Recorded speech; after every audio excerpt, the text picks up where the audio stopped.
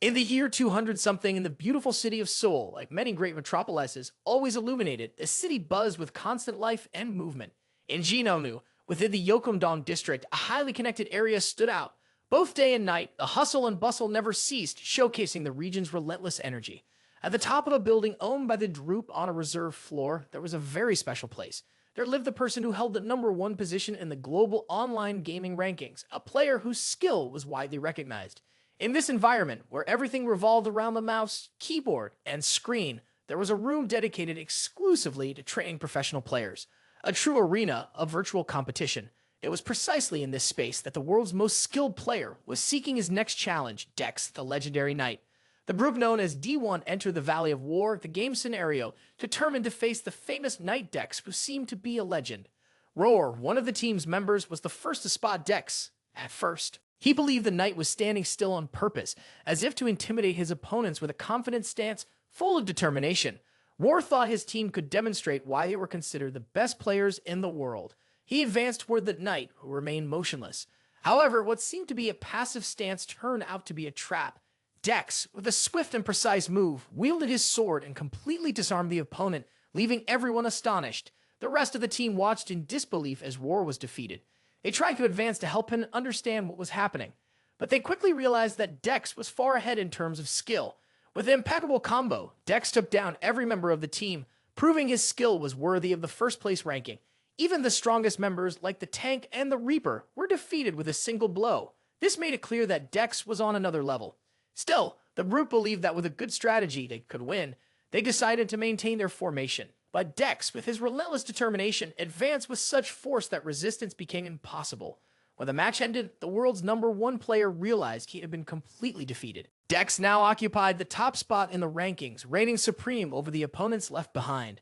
Meanwhile, the player who previously held the #1 position couldn't believe what had happened.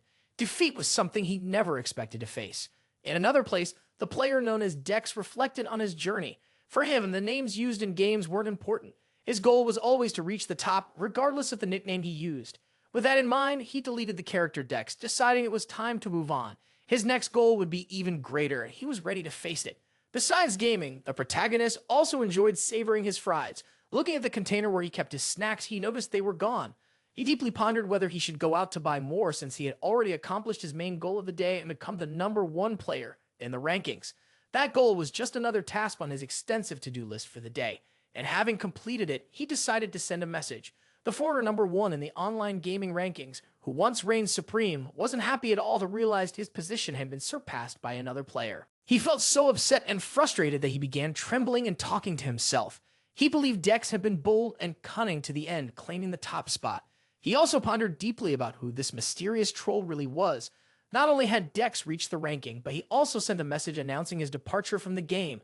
This was exactly what happened on the day Dex made his public announcement that he was leaving the game. The news quickly spread throughout the gaming community. Delivery drivers in an Arcadia truck chatted excitedly about the recent feat, marveling at how that troll had proven to be truly magnificent in his actions. As the delivery truck headed to a specific address, the drivers inside the vehicle discussed online players and their recent activities. They talked about how little by little many were leaving the games and debated the reasons behind their decisions. Arcadia Online was everywhere, establishing itself as one of the corporations leading the world of electronics and entertainment technologies. Along with the Argos Corporation and Sillicoff, they formed an ultra-secret collaboration among these three influential companies. These corporations were responsible not only for producing advanced computers, but also for creating the first virtual world available on the market. In this virtual world, someone could easily log in through a revolutionary machine known as the Dreamer, offering an immersive experience. The marketing of these companies aimed to reach a broad audience, asserting that there was a place full of diverse possibilities and adventures waiting for them. For those feeling tired of the mundane life they were currently leading, Arcadia Online awaited with a tempting invitation for a fresh start. And this was exactly what the delivery drivers in the truck were excitedly discussing as they made their way to the last delivery of the day.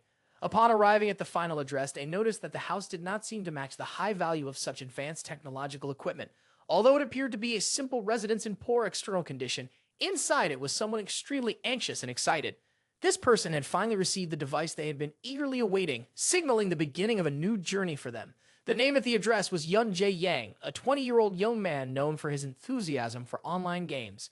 At that moment, the protagonist was deleting the character Dex as he had decided to leave traditional games behind from that day forward. He would dedicate himself entirely to Dreamer, so he entered the required password and logged in to begin his new experience in the virtual world. He would enter a new world that wasn't just a game, but a fully immersive virtual reality where anything was possible. Upon seeing everything from above, he found the place absolutely stunning. At first, he felt completely enchanted and captivated by Arcadia, ready to explore all its wonders and challenges. The developers had always enjoyed hiding surprises in their games, from small jokes to astonishing tricks. The greatest of these tricks was a discovery that greatly empowered the players who managed to find it. This feat was called hidden pieces. Within the game, someone was relying on Alice to deliver these secret pieces. Alice was also part of the game world and had the task of passing everything on to the next generation wanderer. The Dreamer operated innovatively, connecting directly to the brain and digitizing people's senses. The player had heard of this technology before, but upon seeing it with his own eyes, he realized everything was real. In the virtual environment, he could observe how people moved and interacted. There were even vendors selling goods or bartering items. When someone offered the protagonist a piece of iron ore, he became curious but didn't know exactly what it was for. As he walked through the alleys and explored the place, he also checked his status window. The registered name was Dex, and he was still at level 1. Equipped with basic items like a sword, armor, and boots, he found it interesting how everything seemed simpler than he had imagined. He believed he would quickly complete his initial mission. Dex knew it was challenging to perform precise movements in arcade-style gameplay. For this reason, there were special skills to facilitate actions like dashes, dodges, and precise strikes. Certainly, there were players who demonstrated skills far superior to others. The protagonist, for example, showed great dexterity by completing his first mission with immense ease. Understanding the initial task was so simple that he quickly moved on to the next stage. Confident, he believed he would finish the new mission in no time. But upon reading the details, he lost enthusiasm. This time, the task seemed more discouraging. He had to read 100 books, which he didn't consider a worthy mission. Even so, Dex headed to Eidland's public library and began the task. At the library, he found two girls conversing about their views and perceptions of the world. As they observed the young man from a distance, they noticed that all he had done in the past 2 days was read. The girl with violet hair questioned her pink-haired friend, stating that it was natural for him to be reading since they were in a library. However, the pink-haired girl defended a different theory, explaining that not everyone who appeared there was genuinely interested in reading. Meanwhile, the protagonist considered abandoning everything and running away as the reading wasn't captivating enough. The girl with violet hair also believed he would quickly give up on everything. However, the librarian was surprised to see the young man approaching her, asking for the continuation of a book. Even then, she thought he must be joking, as it didn't seem possible that he had actually read the first volume. Dex explained to the librarian that the initial book contained some very interesting parts, which led him to believe there must be a continuation. He made it clear that he had read the work and mentioned that it was titled The History of Arcadia. Part 1. Upon hearing this, something special was triggered in Eidland's oldest feature. Eiland contacted the librarian. Because of this contact, the librarian handed the second volume to the young man. "You can read it as much as you like," the librarian said, "but you can't take it out of the library." The fact that the second book was kept separately from the first left the protagonist intrigued. The librarian, noticing the doubt, explained that the book was special and only appeared when specifically requested. Dex observed the book for a few moments, reflecting before deciding to place it in his hands, ready to continue his journey of discoveries. The book was filled with accounts and events, beginning with the village of Eiland, where a special circumstance had been detected. On a secret mission, the player was informed that they had been selected for an exam. It was explained that in the past, there was a legendary adventurer who had hidden a treasure in the lake near the starting village of Eidland. In truth, all that remained about the treasure were speculations, as no one had ever found anything concrete. The only certainty was that the treasure was referred to as the oldest remnant of darkness. It was also said that the legendary adventurer, Ezreal, had hidden the treasure near the lake in Eidland. Since no one had ever found the remnant of darkness, the treasure eventually became just a forgotten legend. The protagonist, intrigued, noticed in the book a map showing Lake Aran, suggesting it could be the only one in the village. Determined to complete the mission and uncover the truth, the player set off south of Eidland village toward Lake Aran. Upon arriving at the location, driven by sheer curiosity, he couldn't imagine that the ancient darkness might actually be present. To his satisfaction, the status window confirmed that the final condition for the mission's activation had been fulfilled. Dex, now ranked number 1, he muttered, "I see that a new mission has been generated for me." The protagonist was tasked with searching for remnants of darkness, determining if the legend was true, and finding those traces. With all this, it seemed hard for the player to believe that there would be ranked missions in a newly launched game. Satisfied, he thought that even high-level attack missions should be ranked C, which made everything even more exciting. However, if he really wanted to, he could attempt to find the ancient darkness at the bottom of the lake. Even walking through the forest, nothing seemed truly special, which made the environment even more mysterious and intriguing. Looking around, he wondered if something might be hidden beneath. The only way to find out was by diving to investigate. With determination, he rolled up his shirt sleeves and positioned himself at the edge of the platform, diving directly into the lake.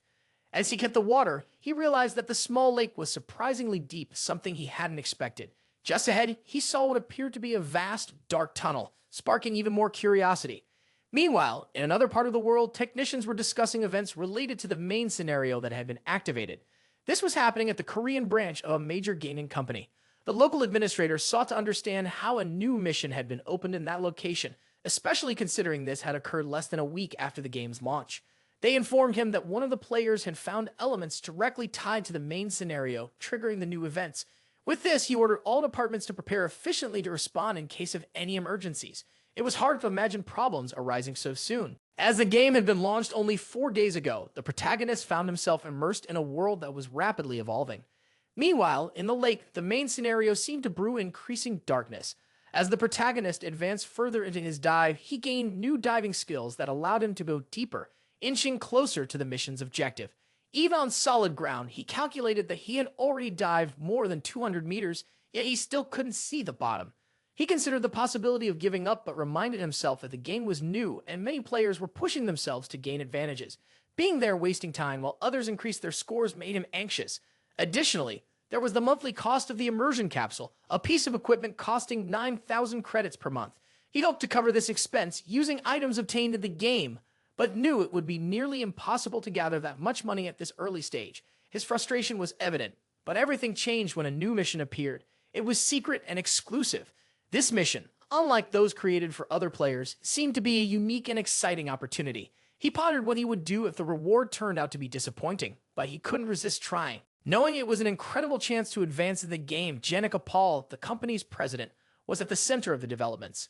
Meanwhile, in Silicon Valley, United States, at the company's headquarters, Jenica, at just 50 years old with shining blonde hair, had turned her bedroom into an improvised office.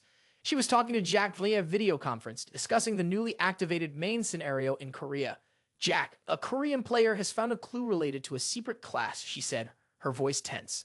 That triggered all these recent events. Jack responded with a grin, explaining it wasn't our idea, not at all.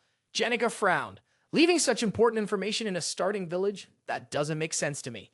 Jack, still grinning, clarified it's all the work of a specific person. Someone not clearly introduced into the storyline yet. Jenica paused. But you know them right. Jack nodded. We both do. Upon hearing this, Jenica felt a surge of indignation. She grabbed her tablet from a nearby piece of furniture and saw that the information about the player had just arrived. The player in question had the secret class, Bard of Anarchy. Despite this, Jenica noticed that he seemed devoid of skills and had very little attack power. Still, one detail caught her attention. He had a special skill, something rare and surprising. Jenica was so impacted that she stared intensely at the tablet, rolling her eyes as she reflected on the situation. A scream of anger and frustration echoed through the room as she expressed her discontent with what was happening.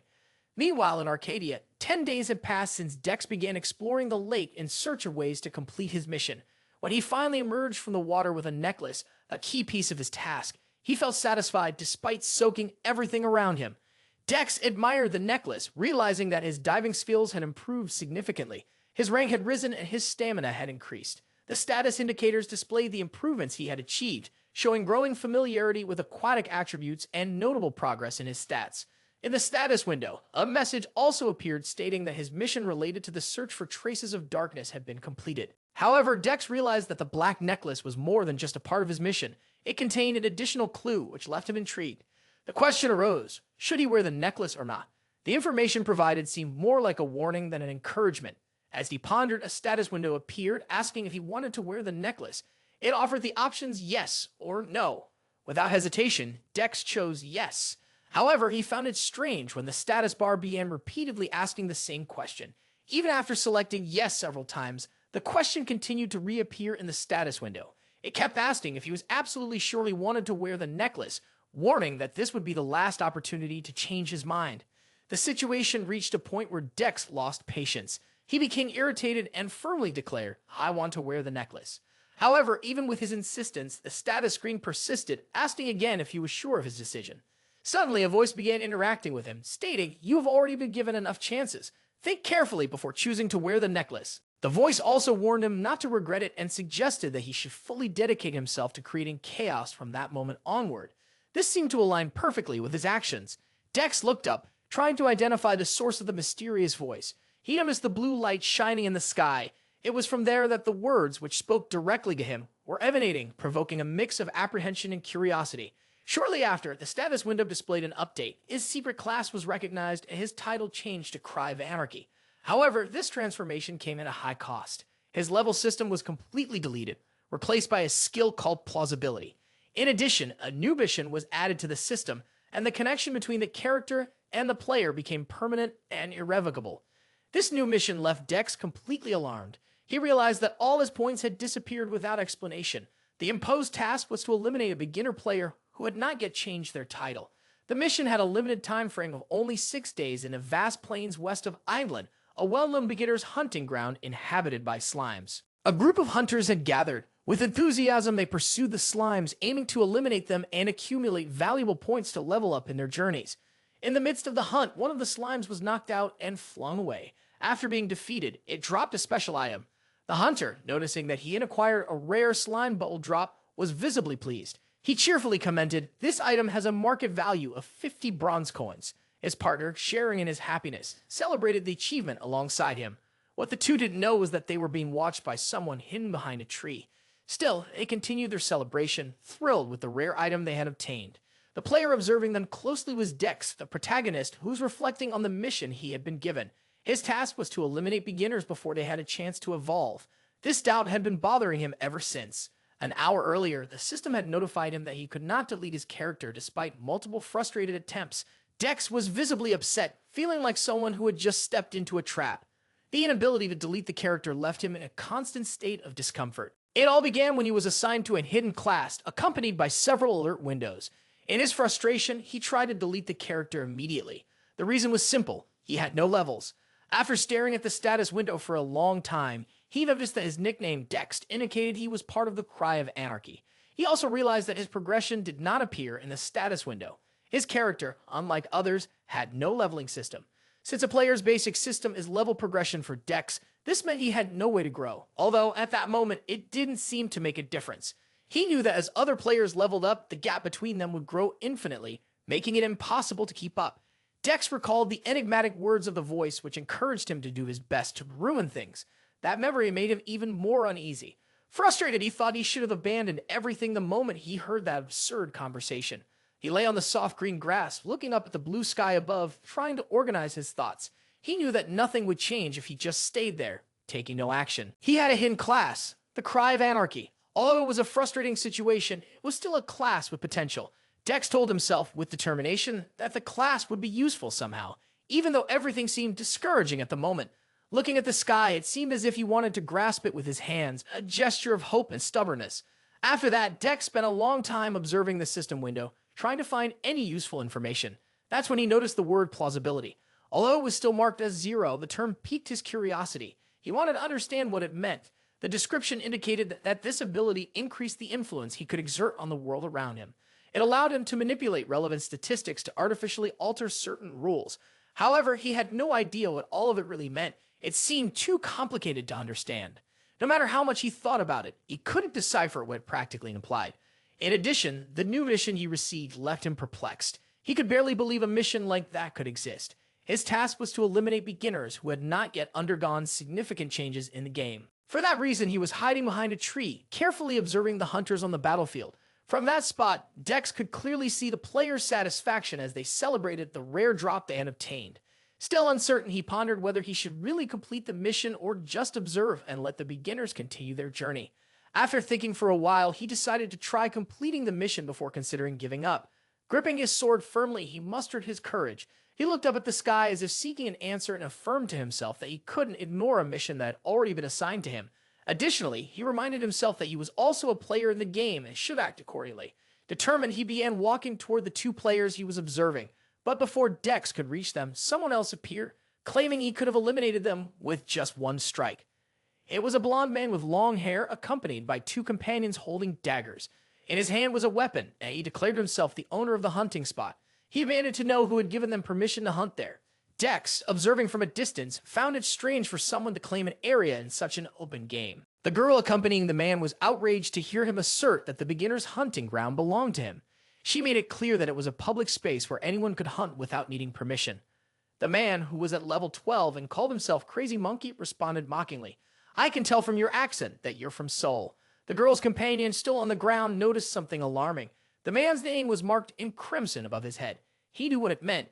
That player was a PK, someone who attacked other players. Meanwhile, Crazy Monkey continued taunting the girl, claiming, "I could find out where you live just from your nickname." The three players warned the couple, saying, "It'd be better to leave if you don't want something worse to happen." The young woman, distressed, looked around, searching for help from other players. She hoped someone would intervene to save them. However, no one seemed willing to intervene in the chaos, leaving her feeling even more helpless. Even so, the young man decided to confront the malicious players. "Why are you acting so cruel?" he asked. "Everyone should remember it's just a game where the goal is to have fun and earn points." Hearing this, Man Monkey and his team burst into laughter, finding it hilarious that the young man was trying to be so serious in a game. However, the young man did not appreciate being ridiculed. Even so, Mad Monkey continued, explaining that since it was in virtual reality, it was the perfect place to do whatever they wanted. He mocked further, saying that the world always worked this way. The strong ruled, and the weak had to submit. Dex was listening to everything and, in some ways, agreed with what Mad Monkey had said. That's why he decided to remove him from the game. He started by attacking one of the opposing team members. After that, he moved on to the others, stating that he unfortunately needed to end it.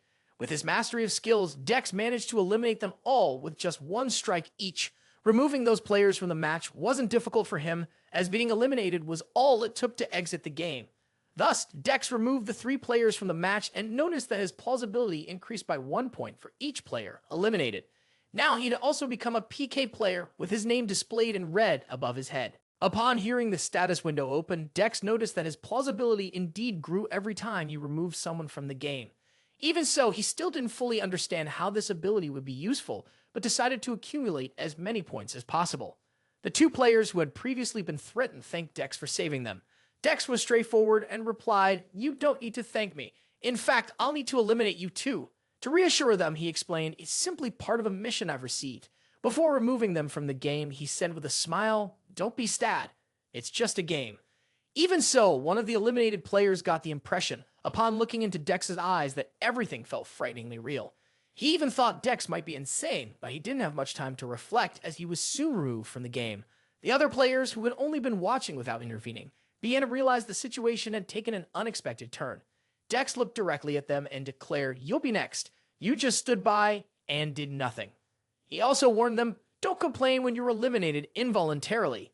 That day, the hunting field was filled with screams. Soon, a rumor began circulating on Arcadia's main page.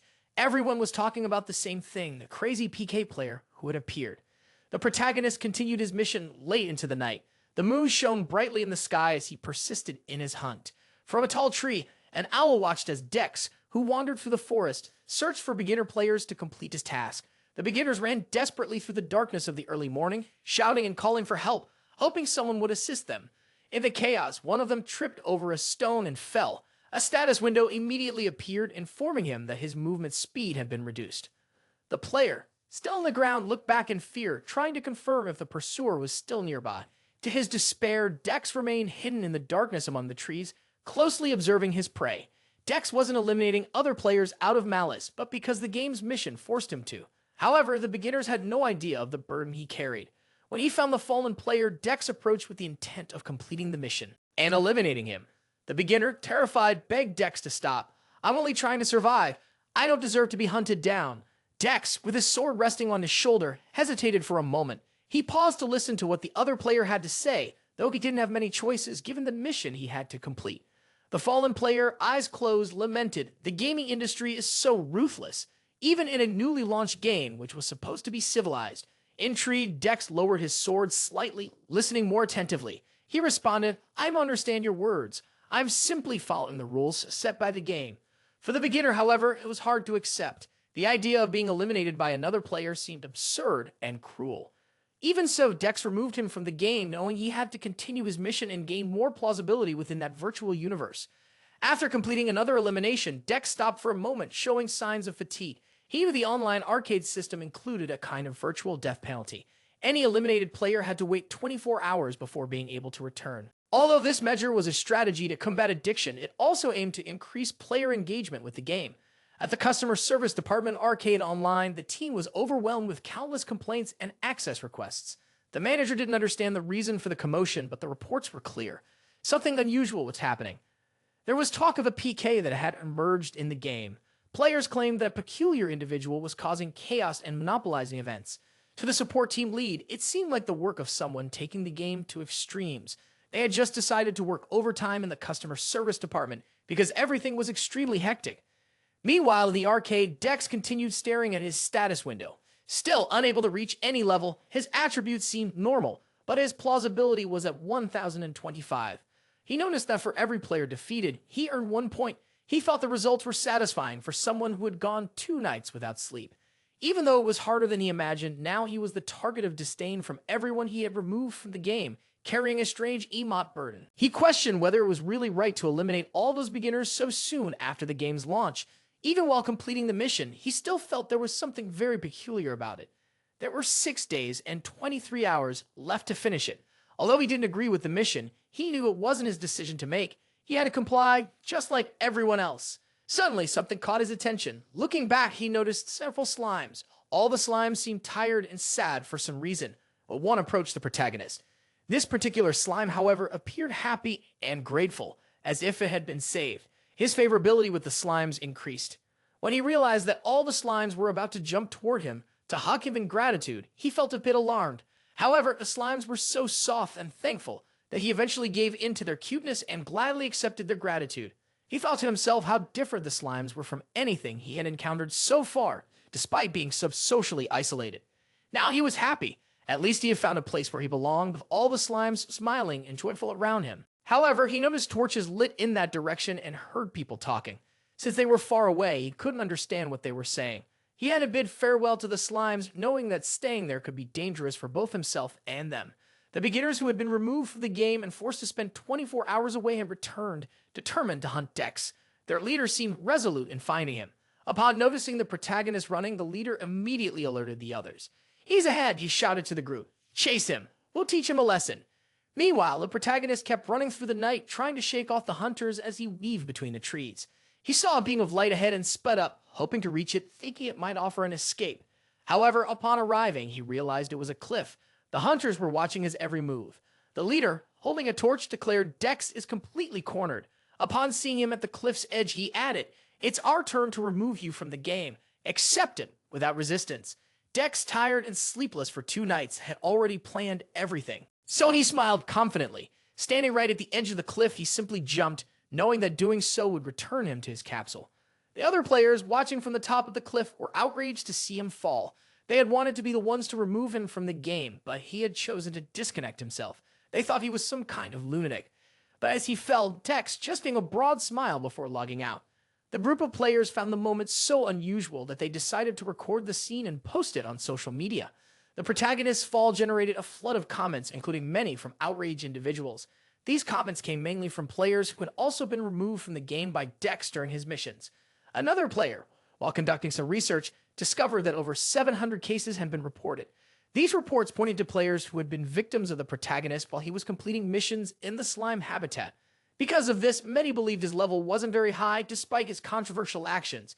In response, one player decided to gather others who had been removed from the game by the protagonist. It was agreed that everyone would meet in the main square of the arcade game to plan their next steps. The objective of the meeting was to devise a plan to eliminate the troll who had been driving away numerous beginner players. The players understood that in Arcadia, they could not only create scenarios within the game, but also strengthen their relationships as they interacted more. Additionally, their connection occurred through the internet, and their actions were represented in the game depending on the AI's will. This artificial intelligence, called Alice, detected the large group gathered in the square and began investigating the reason behind it. Based on this event, Alice generated a new mission, which was sent to everyone present in the square. The notification indicated they should locate the PK player, in the slime habitat and remove them from the game. Everyone received the mission simultaneously, preparing to act against the player who had caused so much trouble. A mission-related panel appeared at the Korean branch, leaving everyone deep in thought. The team responsible for planning and construction was caught off guard. The manager didn't know what to think about a mission appearing out of nowhere without any prior warning. The scenario management team was also concerned about the quality of work being performed. Kong Tahan, looking at his team, wanted a clear answer about what was causing so much chaos. Everyone knew it was an emergency situation, an unexpected occurrence. It was a sudden and abnormal mission, which made everyone in the department anxious, turning the environment into chaos. In fact, the mission was related to the main quest of Act 1. When it was mentioned to the manager, he was completely shocked. The team's expectations were far removed from reality. Just 2 days after creating the main mission, another one had already been generated. Everyone was aware of the significant difference between creating a mission and its actual launch. It was like a seed that doesn't sprout and bloom immediately for a generated scenario to influence all users and become a true quest. Typically, it would take several months. This was what the scenario team had predicted, and the 2-day difference was enough for them to realize their predictions were wrong. The manager, with the tablet in his hands, tried to understand what could have happened. He knew there had to be a reason behind it. He observed images of the PK player, unable to comprehend how a mission to eliminate beginners could have been created. The manager speculated that this user might be directly connected to the main scenario. The Korean branch believed the headquarters might be behind it, but even so, the idea didn't seem to make sense.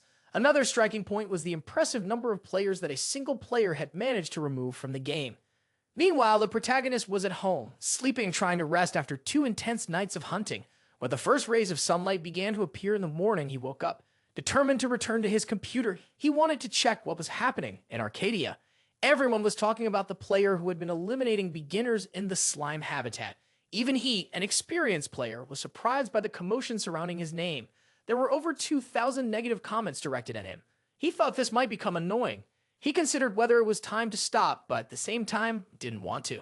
He had many expenses to cover, including the Dreamer installation. Standing next to the capsule, he pondered what to do. He didn't know whether to continue and become even more hated or to quit.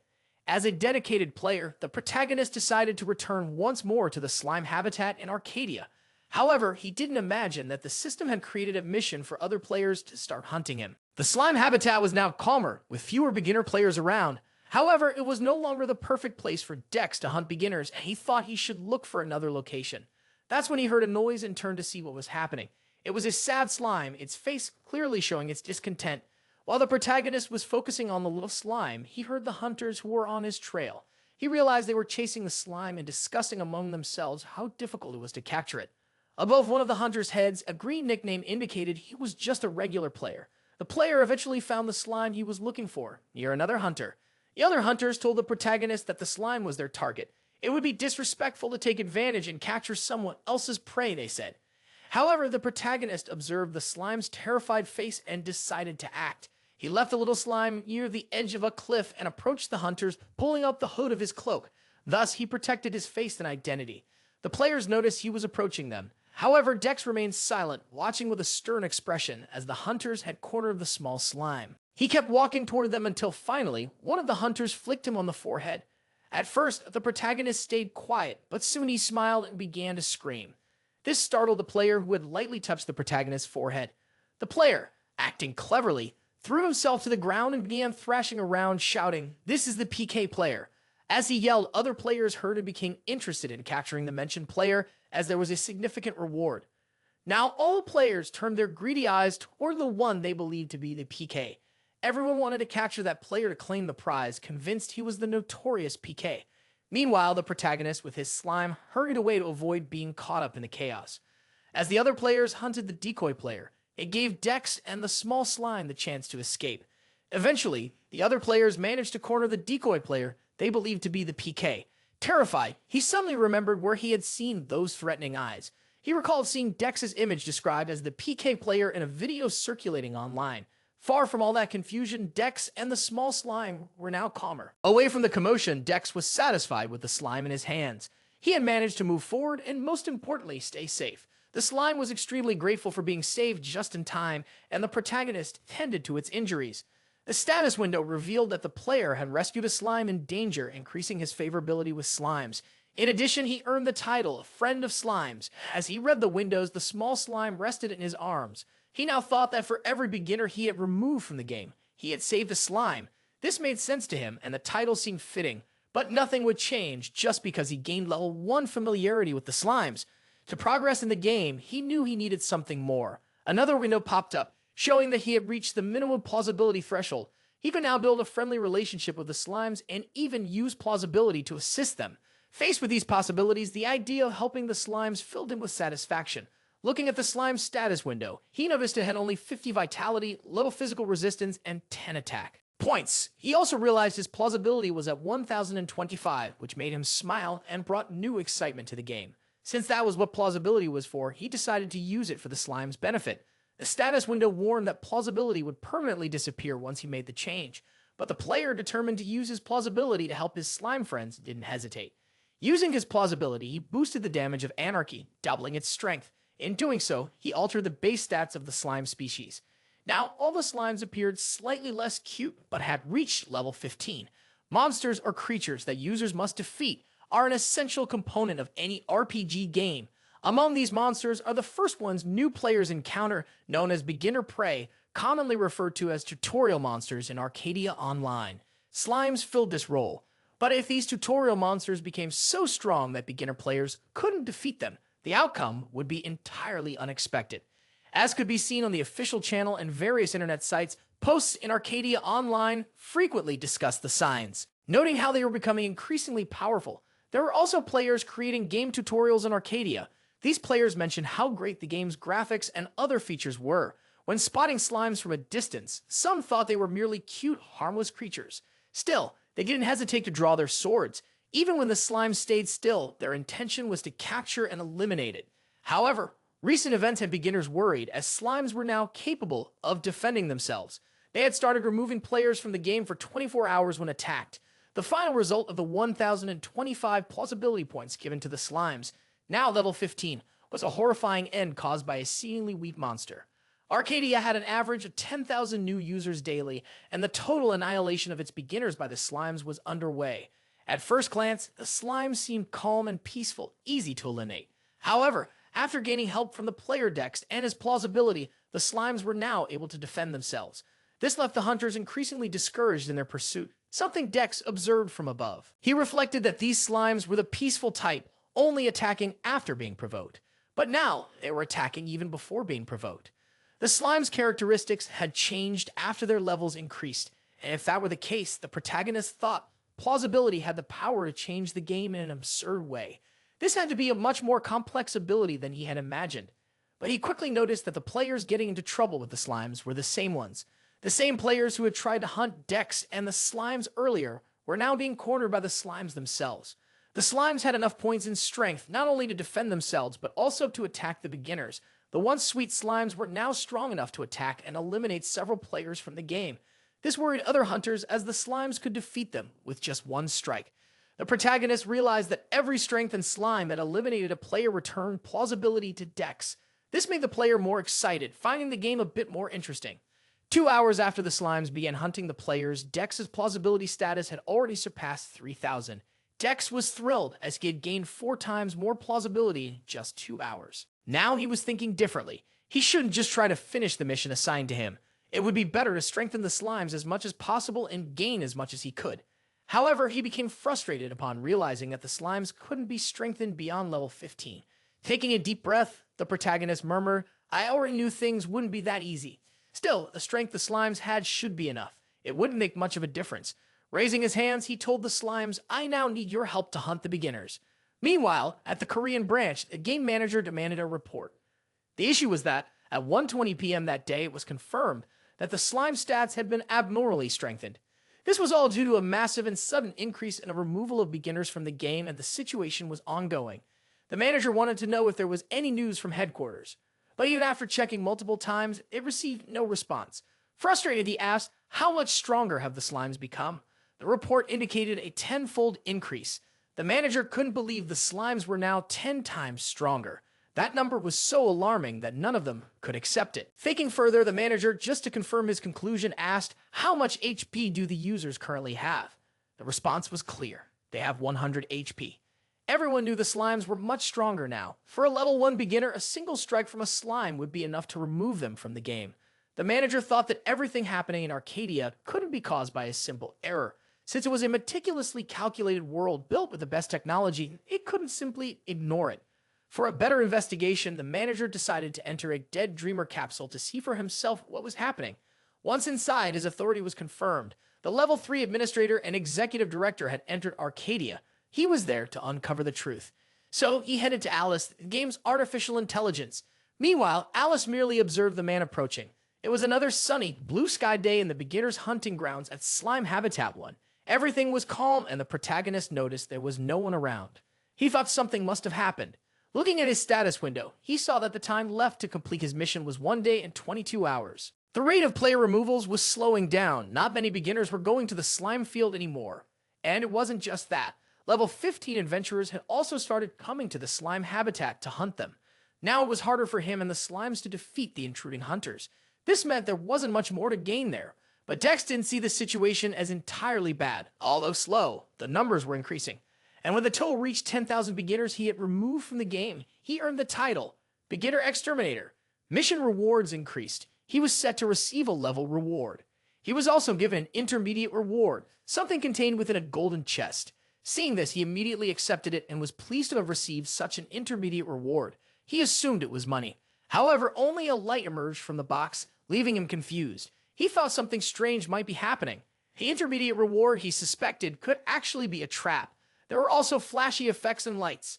Everything was surrounded by a sphere with a dark core. He thought that the object at the center of the violet light might be the reward, but it was something else entirely. Increasingly, the dark sphere surrounded by violet light emitted lightning bolts. The status window confirmed that he had successfully received the intermediate reward. He had obtained a familiar. It was a figure shrouded in brilliant light. At first, it seemed enormous. The unusual being asked Dex who he was and how he had managed to summon it. Initially, Dex was satisfied as the being's presence exuded an immense pressure. He thought he had just summoned an infernal entity. Looking at the status window, he saw that he had summoned the monarch of chaos, the Demon King. It didn't make much sense. The being was smiling, and Dex thought completing the summoning process would be difficult. The creature, which was supposed to be demonic, was reduced to a kind of cute Satan. Compared to Dex's size, the sinister figure was tiny, with wings, white hair, and a childlike appearance. However, when Satan looked at himself and noticed his fragile childlike form, he was shocked. Only then did he notice the presence of the human standing right in front of him. The small Satan wanted to know who this player was. The protagonist scratched his head. He didn't know how to explain to the being that he hadn't summoned anyone. Instead, it had been a reward. When he said this, the being, which turned out to be an intermediate reward, explained that it was now Dex's familiar. Satan was very upset, declaring, "I am not some lowly demon to become someone's familiar." The protagonist, watching the small-winged, docile-looking figure throwing a tantrum on the ground, couldn't understand the drama. Observing this fragile presence in a fit, he imagined that this wasn't even a shadow of the Demon King. Meanwhile, the small being was saddened by his misfortune of being reduced to such a weakened state. He blamed the human in front of him for everything, saying that regardless of the circumstances, he had been forced to form a contract with Dex as his familiar. "It seems we will have to spend some time together," he added. After saying these words, the small Satan flapped his wings and perched on top of Dex's head. The small Satan told Dex, "We should get along since we've come this far." The protagonist, looking up, thought that the Demon King was now literally on his head. He just didn't know whether to feel happy or not. Meanwhile, the small being noticed something. The being realized the human seemed to have the power to alter things. Dex found this strange and asked, "What is it?" The small Satan then explained, "You can consume plausibility to help unlock the familiar's power." The status window warned him to be cautious, as his familiar was a malicious being despite its childlike appearance. The small Demon King understood why he had been forced to accept a contract. He believed he could now fight against the angels. Dex wanted answers, and the small being explained that his power stemmed from the world's inverted laws. Gradually, Dex realized the small being was referring to his plausibility ability. Not even the protagonist knew his plausibility was strong enough to attract the Demon King's interest. The small, wise Satan told the protagonist, "If you give up some of your power, you will be rewarded accordingly."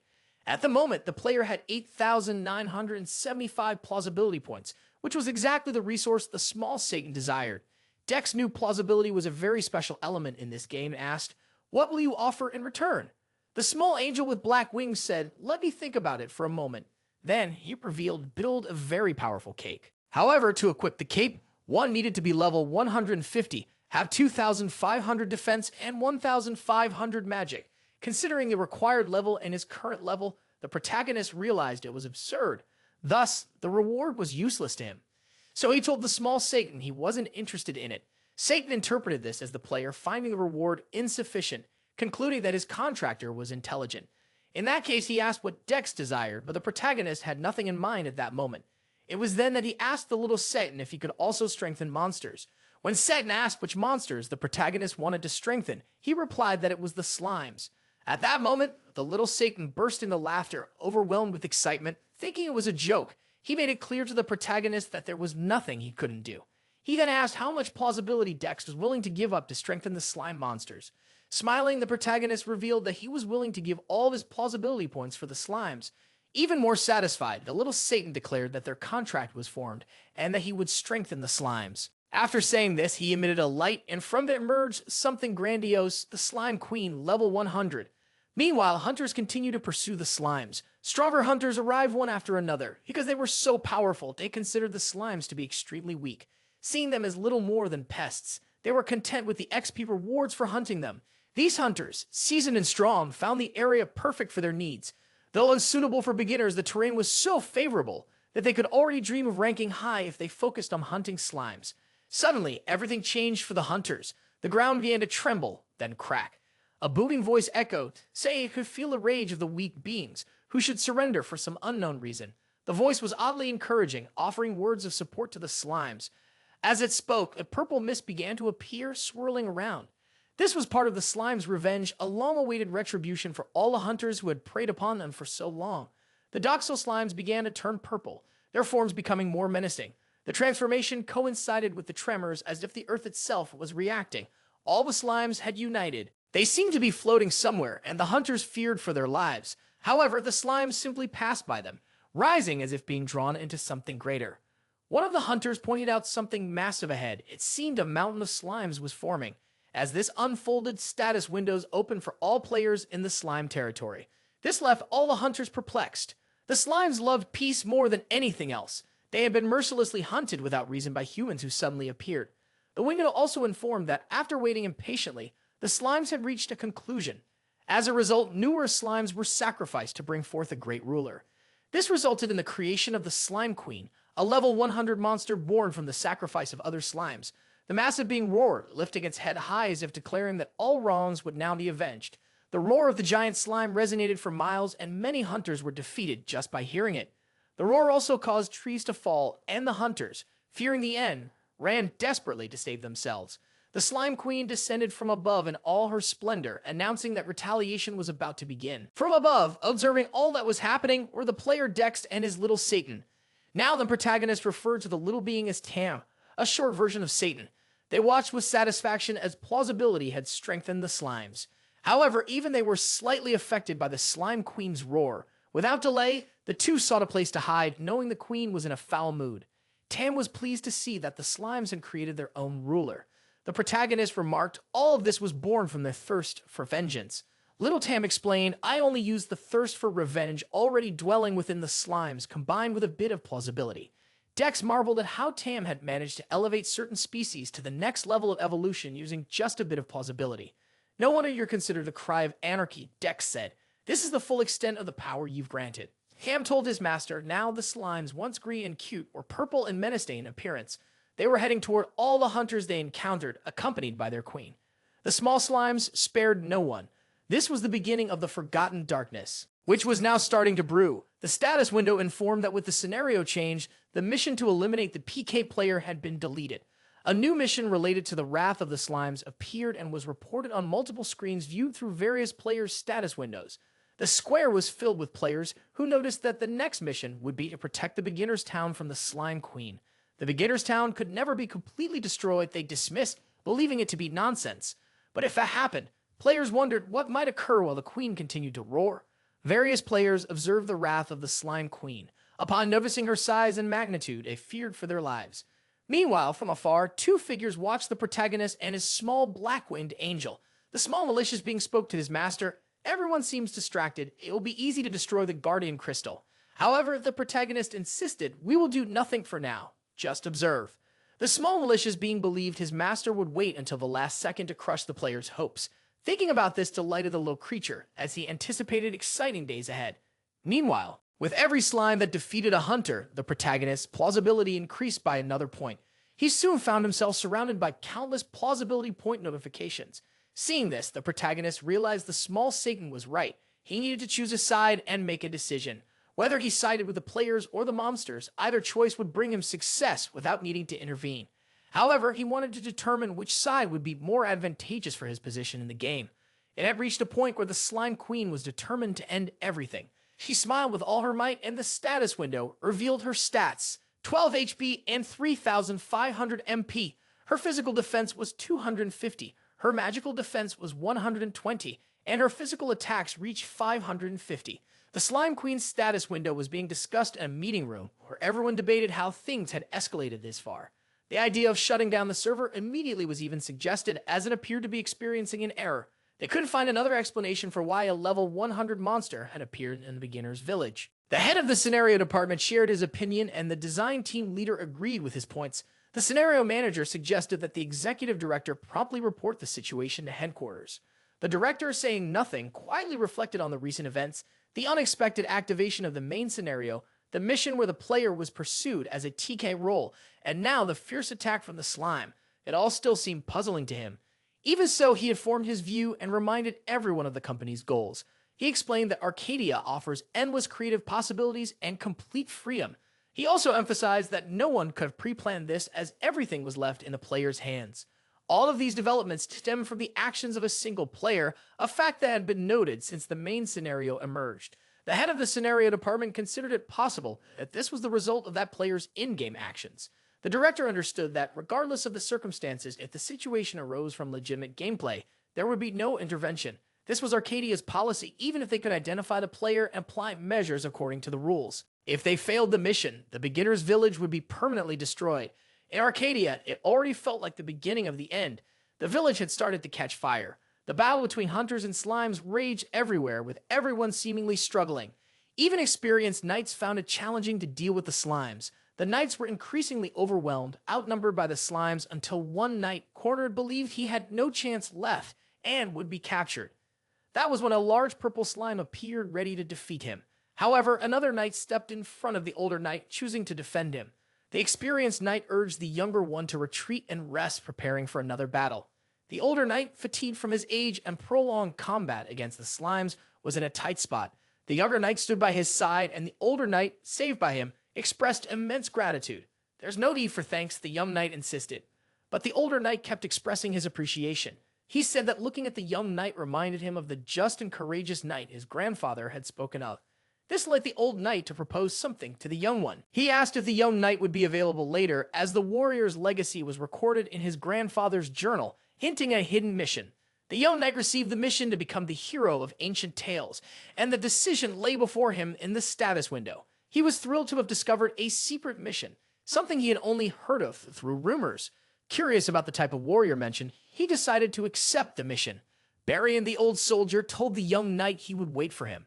But first, the current situation needed to be resolved.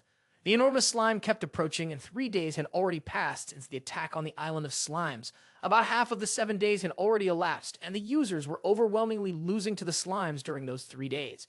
However, Korean users were not known for giving up. Higher-level users learned about the situation and joined forces to participate in the attack and resolve the issue. That was how everything took a dramatic turn. Beginners also formed a separate team and moved systematically. More important than the title given for eliminating 1,000 slimes, which was now Slime Eliminator, was the fact that by achieving this title, players gained 30% more defense against slimes. Additionally, their attack power became 40% stronger. As users began to acquire this title, they managed to slow down the advance of the slimes. With that, the flag for slime hunting was raised, and users started to feel new hope. They were motivated to keep up the good work. However, behind all of this was Dex, who observed the situation from afar. He had yet to make a definitive decision and had 1 day and 22 hours left to complete his mission. Tan observed that his master had already removed over 30,000 players from the game. The protagonist never imagined he would be praised by an evil being for doing bad things, but it all felt very strange. Even so, he had already reached a conclusion, looking at his plausibility and realizing it had increased considerably. It had been difficult to achieve this since he was only deleting players, one by one. The small black-winged angel asked the master what he planned to do about the situation. Tan told the protagonist that if nothing were done, the humans would likely win against the slimes. This made Dex thoughtful for a moment, but he soon smiled, saying it would all be very entertaining. He looked at his status window and selected his cloak again, the one he used when removing players from the game. His small black-winged angel, noticing that the master had suddenly stopped talking, asked, "Why?"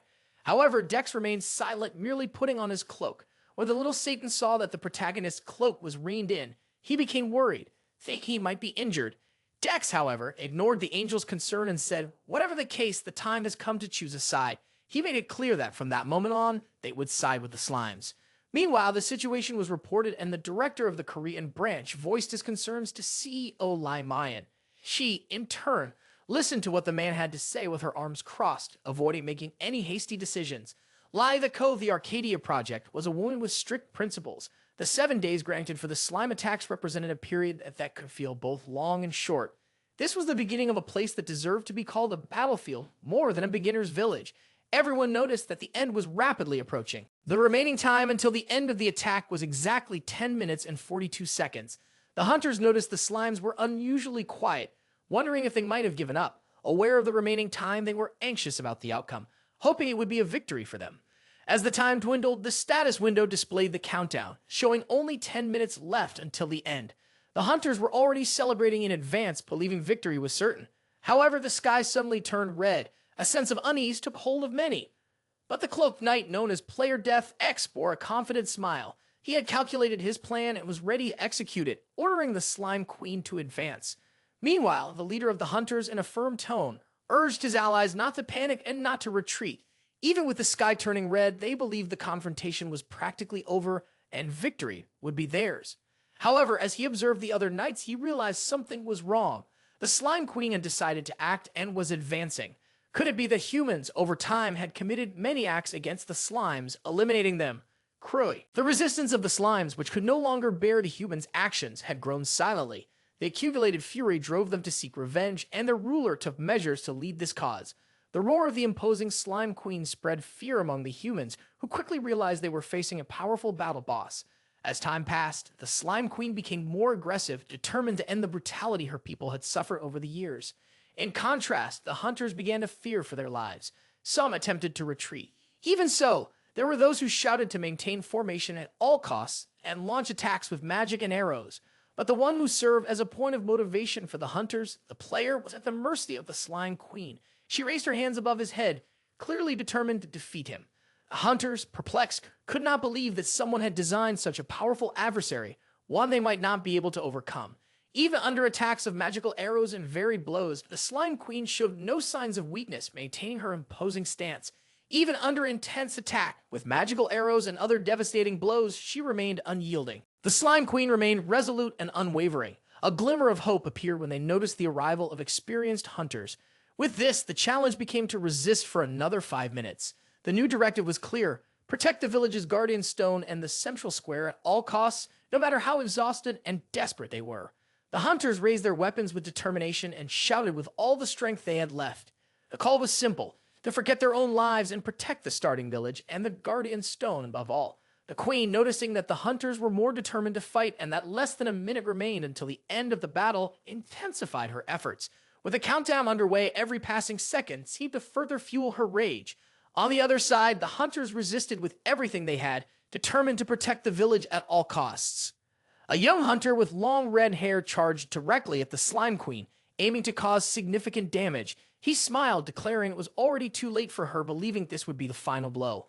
The hunter laughed confidently, certain he had won and defeated the Slime Queen. Meanwhile, elsewhere, the Arcadia project manager appealed for the CEO to take urgent action regarding the situation.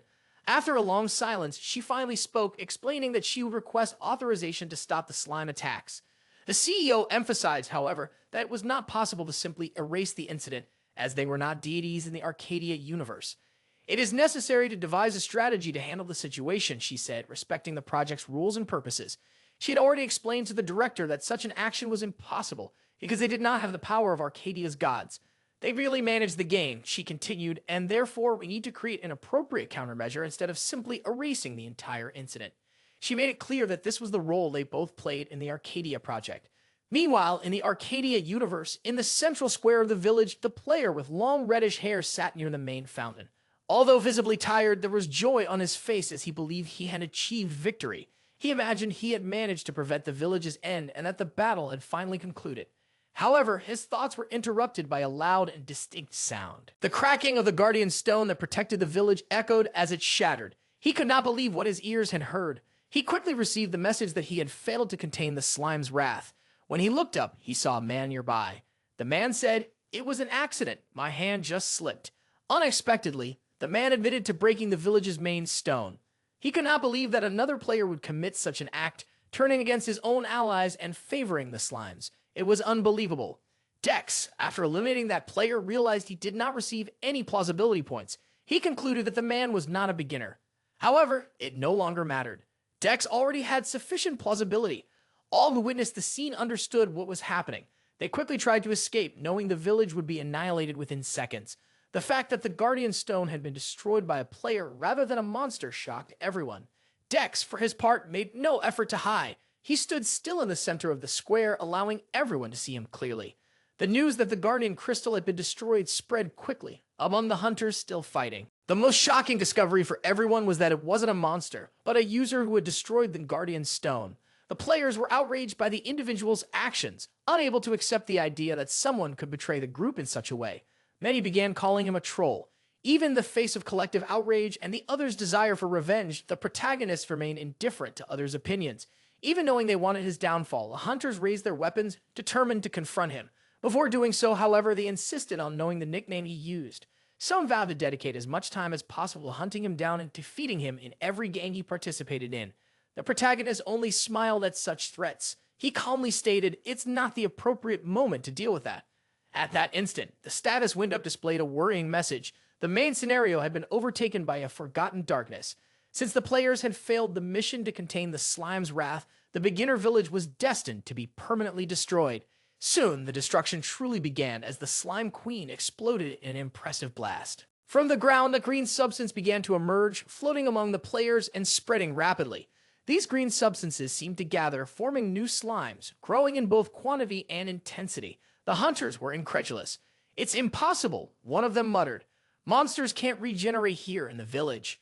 However, within moments, the green substance transformed, giving rise to huge and terrifying forms. The new slimes were now gigantic and purple. The status window confirmed what everyone feared. The slimes despised on the continent of Arcadia had finally won in their battle against humans. After being relentlessly hunted and cruelly massacred, the slimes had successfully driven the humans out of their territory. Now the purple slimes warred in unison, claiming their territories as areas free of any human presence. With that, they began to thrive in what was once human land, led by their ruler. Curiously, the Slime Queen, who had once been colossal, now took on a smaller, entirely different form that was unlike her original one. The protagonist observed her new appearance with interest, finding it quite peculiar and even more intriguing than before. The beginner village officially became slime territory. An alert window was sent to all players. The message warned that the area had become a hunting zone with a recommended level of 80, advising everyone to proceed with caution. However, the hunters didn't have time to react. The slimes themselves began hunting them, driving them out of the territory. The protagonist reflected on the meaning of it all, observing how the situation had changed. After all, hunters who once pursued the slimes without remorse were now the true prey. The news of the Guardian Crystal's destruction quickly spread, becoming a headline on internet gossip networks. Mikan, a reporter for TVG specializing in Arcadian news, highlighted that the game had gained massive popularity as the first virtual reality title. The coincidence of the events of the game sparked a series of complaints from users, especially due to the destruction of the main scenario in the beginner village. While these news pieces aired, the protagonist was at home, resting near his capsule.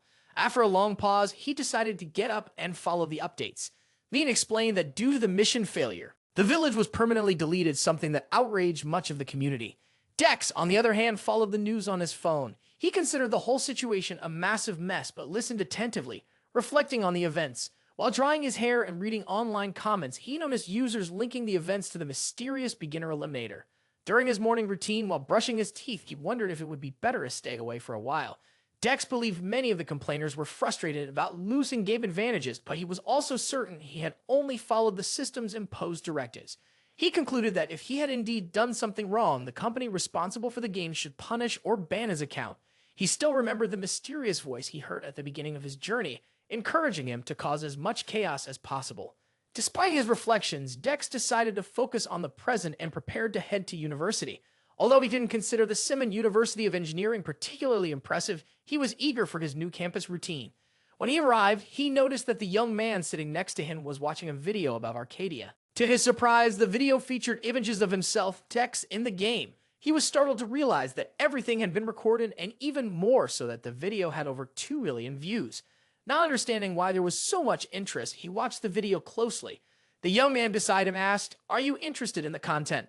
Not knowing how to react, Dex replied, "I leaned in unintentionally. I just found the video curious." The young man then introduced himself, mentioning his name. "It's great to meet a new friend at the university." Dex returned the introduction. "It's a pleasure to meet you as well." Meanwhile, the company's CEO was closely following the events in Arcadia. She realized the village had indeed been destroyed. She believed things might get complicated from that point onward, given Arcadia's unique characteristics. However, all of this generated significant interest, and she understood that the only thing they could do was learn from the situation. She also noted that she had never seen an executive director in such a hurry. All of this had been caused by a certain user. Back at the university, the protagonist turned pale. He was facing someone who had possibly discovered his secret. The situation worsened when the young man placed his hands on the protagonist's shoulder and asked what was happening. With a wide smile, he said, "I don't know what's going on, but you're in luck. I'll explain everything." At that moment, Dex felt relieved because the young man only wanted to talk about Arcadia. Excitedly, he showed the video in which the PK was portrayed as responsible. Moreover, he claimed to know who had caused the slime attack on the starter village, revealing that the information was highly classified. Dex, analyzing Jaeyeong, believed he needed to be as cautious as possible. He realized the young man was a big fan of Arcadia. The young man could never find out that he was the one responsible for the attacks on the beginners, as many associated this with the village's downfall. Despite talking a lot, the university student fell silent for a moment when he noticed his colleagues seemed uncomfortable. Everything returned to calm when the professor entered the room, asking if everyone was present. He introduced himself as Professor Kim Toon, head of the engineering department. He stated that everyone should seek the maximum amount of information about a technology known as virtual reality. The technology called Arcadia had become a significant topic. Those who had experienced this world knew it would no longer be possible to keep up with the outside reality. After a long discussion, everyone reached a consensus. The current curriculum of the computer engineering department could not keep pace with the rapid changes in the world. Hearing this, the protagonists knew they were right. The professor, with a serious expression, said that after the extensive discussion, they had made an important decision. The course's name will be changed, the professor announced. From now on, it will be called Virtual Reality Engineering. He acknowledged that this change might be confusing at first, but stressed the importance of adaptation. If we cannot keep up with the great revolution of the world, the professor warned, we will end up forgotten. After this announcement, it was break time and everyone headed to the university cafeteria. Even there, the protagonist found no peace as a young man followed him, continuing to talk about the changes in the course. Jaeyeong was particularly excited about the fact that the professor had mentioned Arcadia during the orientation. They were still discussing this when the young man asked, "Why don't you play Arcadia too?" The protagonist quickly came up with several excuses. One of them was the price of the capsule, which he thought was too high for his standards. Deep down, all he wanted was to change the subject, as he naturally didn't want to be caught, but he couldn't abruptly change the subject. So he asked the young man, "Do you play Arcadia?" Very excited, Jaeyeong replied that he did. "I might not seem like it," he added, "but I have a high level in the game." Jaeyeong then offered to guide the protagonist whenever he decided to start playing. At that point, the protagonist already thought the young man was quite kind, despite talking too much. However, all the protagonist wanted was to return to the arcade, and that's exactly what he did. As soon as he arrived, the small black-winged angel asked, "Why did you take so long?" The protagonist explained, "I haven't slept for a few days due to the slime attack." Looking at his little angel, he realized the angel must have been bored in Arcadia all alone. Suddenly, someone made a noise and ran toward him. When he turned around, Dex saw that it was the Slime Queen. She was quickly approaching him, accompanied by her little slimes, and sought to embrace him. They all wanted to show affection and attention to the one who had saved them from danger. All that affection also extended to Satan, the small black-winged angel who was struggling to endure so much love. The slimes, along with their queen, showed great appreciation and affection for Dex. The status window appeared, displaying that the Slime Queen expressed her gratitude to the player, Dex. The slime race would always remember what that player did, driving out the humans and establishing the slime's territory. All the slimes believed he was their savior, but the protagonist didn't think he was that grand. His title was changed from Friend of the Slimes to Savior of the Slimes. He had received a crown from the slimes. Upon being crowned, his plausibility increased by 2.4%. After participating in the Slime Island, Dex received several rewards. Besides the title change, multiple status categories were also increased. 2 titles were added while he played, and best of all, he would never show them to anyone. The small black-winged angel wanted to know something about his master and was eager to leave that area quickly. All that display of affection was starting to turn the angel's stomach. He also didn't enjoy seeing so many slimes in front of him. Although Dex liked the slimes, he was also starting to get bored since there were no missions to complete. After the two decided to say goodbye, the Slime Queen expressed her gratitude. Everyone bid farewell to the player, regretting his departure. Dex said his goodbyes with a broad smile. He was now excited for his next adventures. He knew the new village, which he would surely reach quickly, would also have surprises waiting for him. Suddenly, a light-winged angel appeared, bringing a new aura to the environment. A being with white feathers and long blonde hair, still with wings and closed eyes, arrived silently. Thanks to the previous incident, the slime attack on the village was completely destroyed. The news reported that the users had managed to find another place to replace the village. The recommended location was the Barony of Manhwa, situated about 10 kilometers north of the beginner village. Many people commented that the place was very good, and more people were heading there. The rumors spread so fast that they became like wildfire. Users gathered in the Barony of Manhwa. Everyone was aware of that fact, making the place highly visited. Dex was also interested in the location. As soon as he arrived, he was asked his name, needing to answer the guard to gain access. The player responded, "My name is Dex." The guard asked, "Are you also returning from the beginner village?" Upon hearing the player's positive response, the guard remarked, "Everything that has happened is ridiculous, especially the way the slimes have been emerging." Dex realized the rumor had spread among the NPCs and he should be doubly careful. The player then said if the knight were to go to the slime's habitat, he wouldn't recognize them. The guard muttered, "Now it makes sense why so many people are gathering in that barren area." With all that, the guard asked the players to wait as he completed the standard procedures for Dex's entry. The protagonist noticed his black-winged angel was acting strangely and asked, "What are you looking for?" The small Satan commented, "There's something familiar about this place, but perhaps I'm just overthinking." However, he asked his master, "Why do you keep calling me that? I am the monarch of chaos, the demon king." Dex replied, "Your name is too long, so I just call you Satan, and sometimes 10. His black-winged angel was satisfied, but still wanted to know what the master intended to do. Regarding that, he was referring to the power called plausibility, as Dex had gained much more after everything that happened. Dex noticed that his plausibility was at 33,551 and confessed that he hadn't thought of anything, so the points kept accumulating. The player, noticing his angel's intent, told him that he didn't plan to use his plausibility points at that moment. This left the small Satan terrified and claimed to his master that he couldn't use them without his help. From that moment, he began trying to bargain with Dex to see if he could increase the plausibility. Dex simply said he would inform his black-winged angel and he decided to use the power or give it to him. Deep down, the protagonist was pleased with the angel's suggestion, but he showed no interest in following that path. He had already understood that the power was very strong and an increment of 150 levels had even been offered to him. However, he didn't think it was a good idea to rely solely on the small Satan and the system he was still getting to know. He knew he needed to be more cautious when using it. As he still didn't know much about the power, the most important thing at that moment was to do something that wasn't boring or tedious. He noticed that in the city, many blacksmiths were offering their tools and also looking for iron ore. The small Blackwing asked his master where they were going. Dex replied that he was just taking a look around. However, he knew that something might catch his attention at any moment. But as he observed, he noticed that things didn't seem great there. For that reason, he decided to pay closer attention to a conversation between two people inside a tavern. He overheard them talking about the lore of the territory, ordering them to increase their production, which they found troubling. The man, visibly tired and discouraged, commented that they were sleeping and resting less than they needed. The other, with whom he was talking, agreed but thought that if they didn't meet the requested increase, they could be punished. When Dex heard about the lord of the territory, he became interested in their conversation. The little Satin noticed his master giving a malicious smile as he observed what was happening. He also heard his master mutter that all of this could be interesting for them. The little Blackwing realized that his master was up to something again. The two men talking were then approached by a player who claimed to have the solution to their problems. That player was Dex, who came over to their table and presented a proposal. The two were eager to listen. At that moment, a recovery mission for the miners appeared. He needed to mine 20 iron ores. However, little Satan found the mission quite boring and thought they could simply continue on their way. The master asked an angel to take a quick look around. The angel did so, didn't notice anything significant.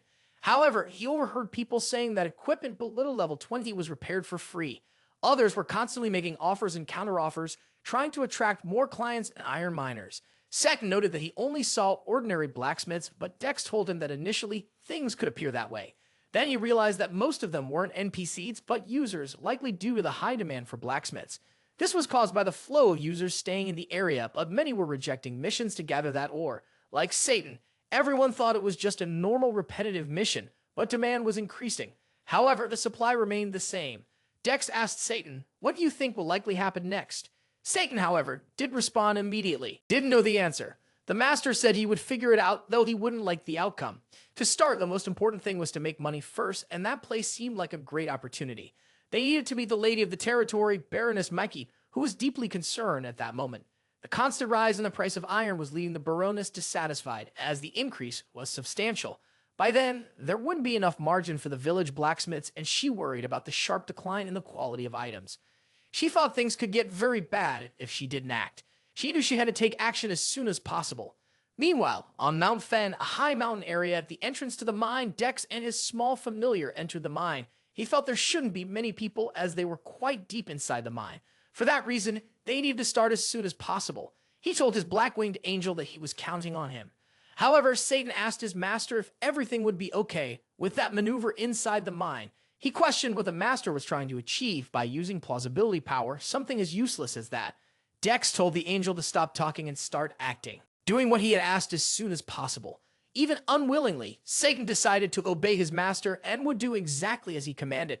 A violet light appeared and 8,000 plausibility points were consumed due to the contract with the familiar. As a result of that contract, a cave-destroying tool was obtained, making Dex's work much easier. He found the tool incredible and realized they could now significantly improve their financial situation. Back at the Mikhail Baron, a novice blacksmith was selling his first item, a dagger he had crafted himself. Meanwhile, another shouted that he was repairing equipment for free, and others were selling handmade equipment ranked B or higher. Some were looking to buy 20 iron ores, as they needed them to complete the Baron mining mission. At the same time, a young man asked the lady if she wanted the ores for the miner's repeatable mission. When she replied affirmatively, he told her it wasn't worth it, as the mission didn't serve much purpose beyond making her more friendly.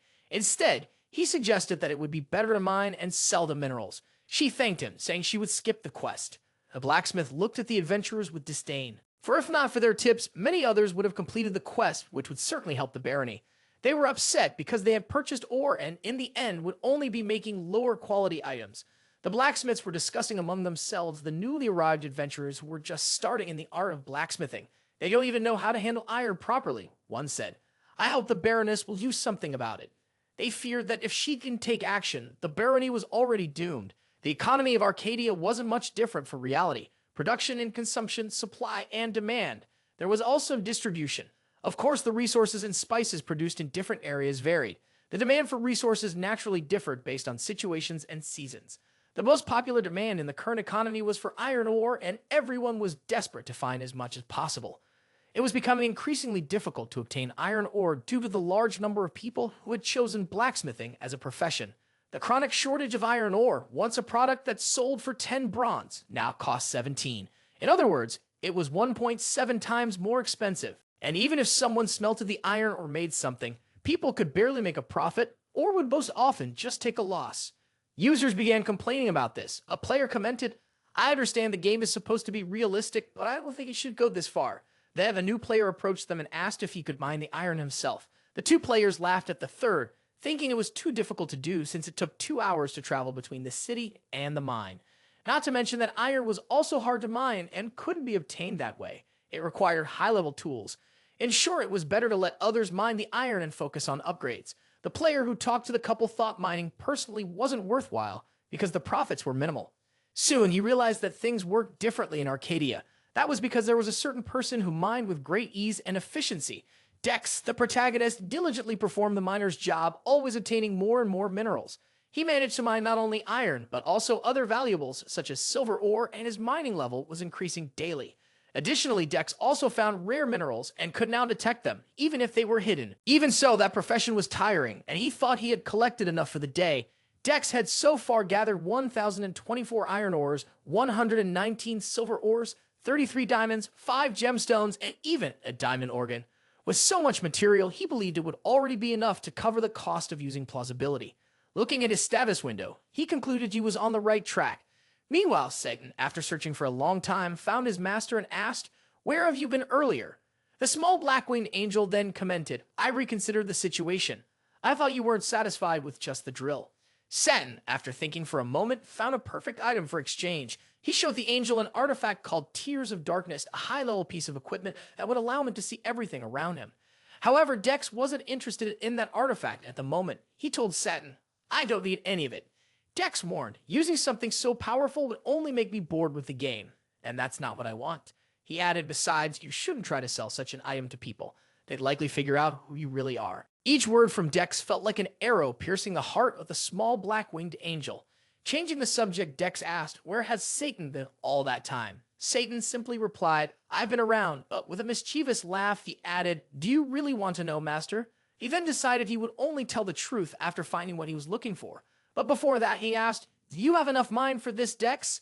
Dex smiled and replied, "It seems I have more than enough. You've certainly made me quite satisfied." He then told Satan what he was planning, to improve that quantity of ore every day and sell it all. This strategy, Dex believed, would allow him to gain a good amount of sympathy points with the miners.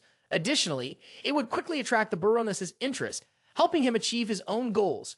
Elsewhere, the Baroness, during a meeting, was assessing the damage caused by the shortage of iron ore. It was discussed that the lords believed such problems were a consequence of the sudden arrival of adventurers in the region. Another participant in the meeting agreed, pointing out that many adventurers in Maximus were, in fact, novice blacksmiths.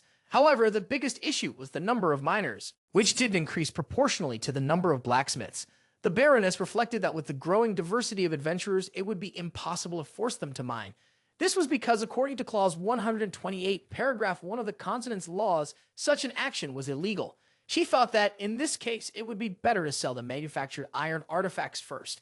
However, Clause 128, Paragraph 2 of the continent's laws also prohibited such action, making it inadmissible. As a result, the Baroness began to despair over the impact adventurers were causing. She was on the verge of losing her patience when one of the guards rushed into the room calling for her. He had found a serious issue, and the Baroness could no longer bear hearing complaints about the ores. However, when the guard opened the door and she looked outside, she was met with a massive mountain of ores. The guards announced that it wasn't just iron ore, but also silver, rare stones, and gold ore.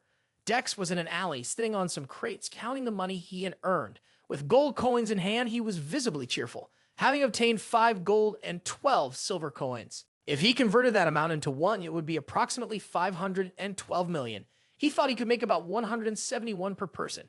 Dex believed that if he kept working like this, he could earn much more. However, he was sure he could accomplish even more than he imagined. He felt the need to prepare better. That was when a voice interrupted his thoughts. It asked if he was the one responsible for delivering all the ores to the Baron. Looking up, Dex found himself face to face with the Baroness. A status window appeared, indicating that the Baroness was showing interest in the player. The affinity points with Baroness Menke increased, making Dex flash a broad smile. His plan was working. The ruler of the barony was finally showing interest in him. She then invited the player for a cup of tea and a chat, if possible. At that moment, a mission window appeared, offering Dex the option to accept or decline the Baroness's invitation for tea at her estate. After accepting the invitation, the protagonist found himself seated before the Baroness, who offered him a cup of tea. She asked him to try the tea, mentioning that it was made with herbs from Mount Fan. Dex, upon tasting it, confirmed it was an excellent tea. The Baroness, please reveal it was her specialty. The conversation then moved straight to the point. The Baroness asked the player how long it had taken him to gather all the ore. Without hesitation, Dex replied that it had taken about 3 days. Hearing this, the Baroness couldn't contain herself. She slammed her hands on the table, unable to fathom how that was possible. In the next moment, she realized her outburst, composed herself, and asked if other adventurers could mine with him. Dex thought it wouldn't be possible, but the Baroness had already anticipated that answer. Still, Dex believed that if he gathered several adventurers, it could probably be helpful in some way. She took a deep breath, knowing it wouldn't be easy to gather so many adventurers. She then asked Dex if he could help. The Baroness explained that the city was already beginning to suffer from a lack of ore supplies, which was shaking the Baron's economy. At that moment, a status window appeared for Dex, offering a special mission.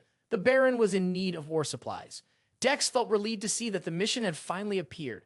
He asked the Baroness if what she wanted was to encourage adventurers to improve. With the Baroness's affirmative response, he declared, "I can solve that problem for you," and accepted the mission. After their conversation, Dex logged out and returned to real life.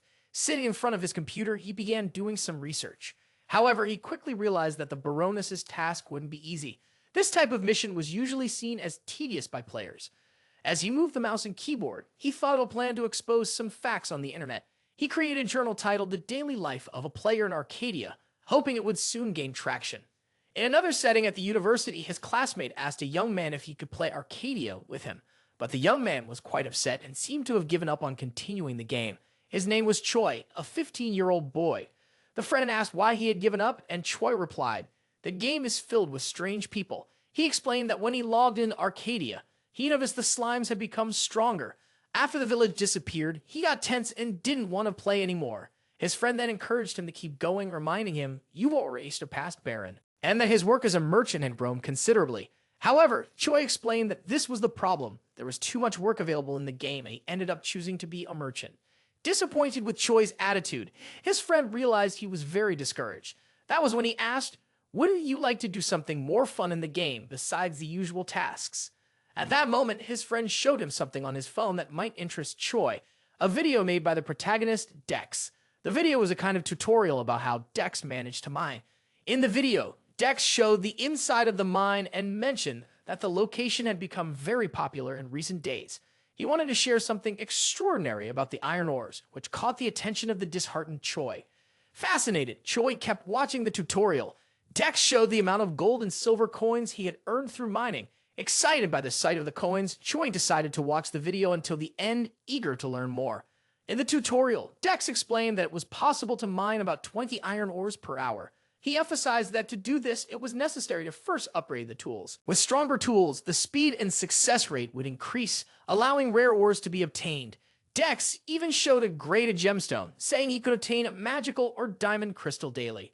The more Choi watched, the more fascinated he became with the world of Arcadia. To keep the tutorial from becoming boring, Dex skipped the part where he was mining and went on to show the profits he had made by selling his ores. He demonstrated how happy he was to see the blacksmith satisfied. Dex revealed that he had earned 1 gold coin and 82 silver coins and asked what people thought about the amount. That information entered Choi's mind as if he were hypnotized, and he felt that he needed to try it for himself. Dex's Arcadia gameplay channel soon became popular on the internet, like a comet that appeared out of nowhere. That was the daily life of a miner, but the truth was that most of the things shown in the video were lies. Dex was merely demonstrating the efficiency of mining with an exclusive item that only he possessed. In reality, achieving that level of efficiency would only be possible if someone had a similar item. Of course, the protagonist left out some details in the video to create a sense of excitement. He was excited because the video had drawn the attention of many players interested in mining. Several Arcadia users were inspired, and soon everyone was gathering to buy pickaxes and other equipment. Rumors spread that no one knew where so many miners had suddenly appeared from. The Baroness was extremely pleased and impressed, finding it almost unbelievable. She asked the player how he had achieved such results. Humbly, he replied that he hadn't done much. In truth, he had simply tapped into one of the most basic human motivations.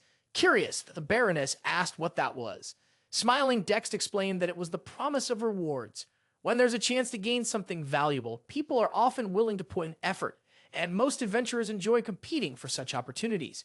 The explanation left the Baroness slightly puzzled, but she laughed and said she understood. The player then reminded her that additional measures would still be needed. First, you need to adjust compensation fairly and give miners the right to receive a share of the profits from the ores they extract. That way, they'll remain interested in working. Those who aren't truly committed will naturally move on. The Baroness agreed that this was a reasonable idea. Dex felt she should also learn more about ways to improve economic efficiency for better results. Even so, she still had questions about the price of iron ore.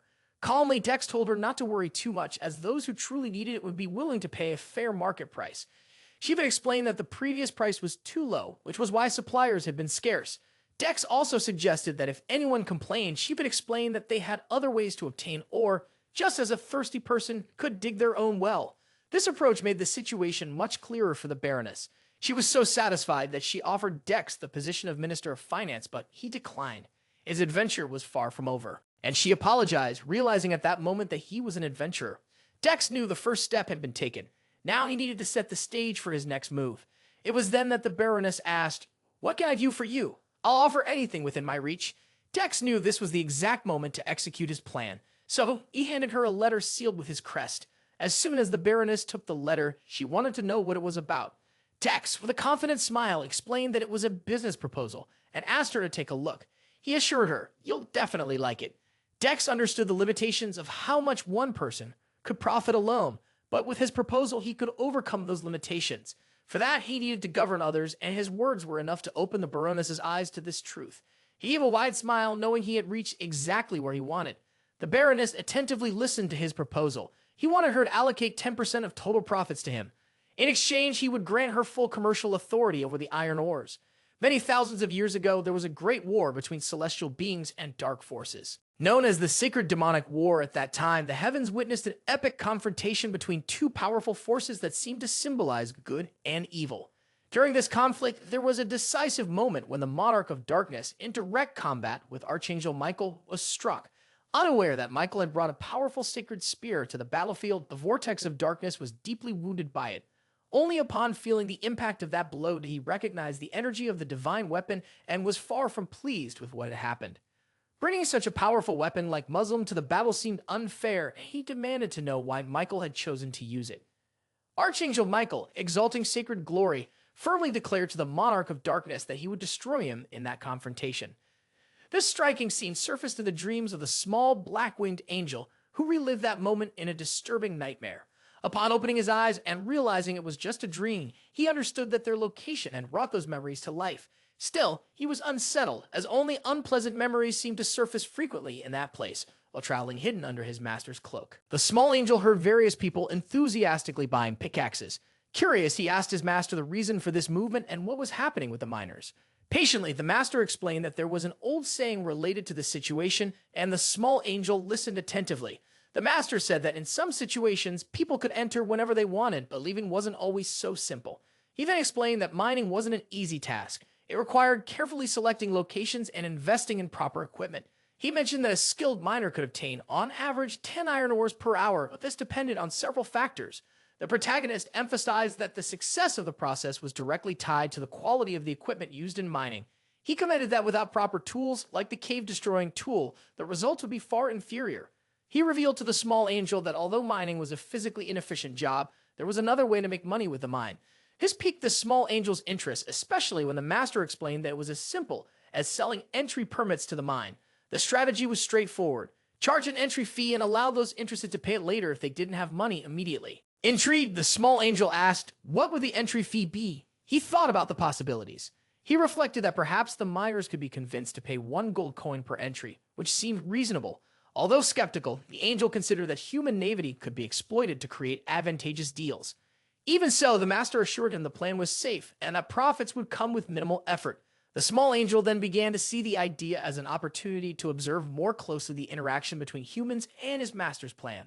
The small angel realized that his master had a clever mind and was devoid of any remorse in deceiving his fellow beings. With this, he concluded that this was, without a doubt, the perfect master for him. There was no room for uncertainty.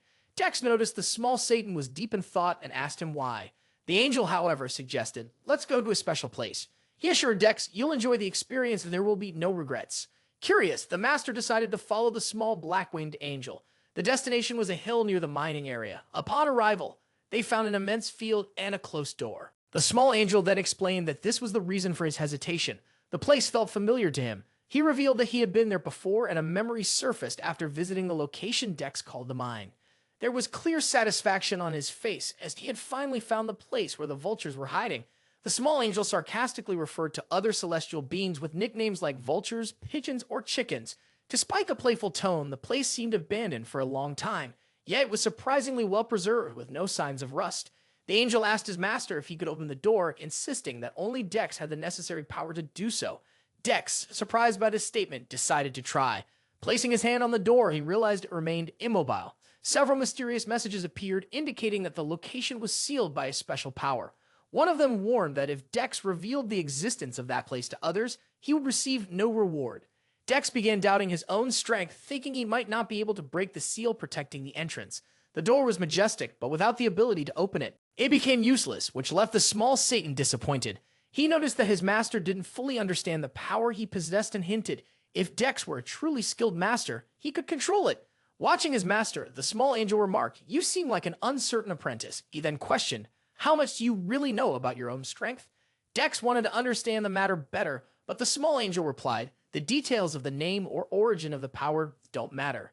The angel continued, "Your power exceeds even the scope of providence, enabling you to do whatever is necessary to balance the world."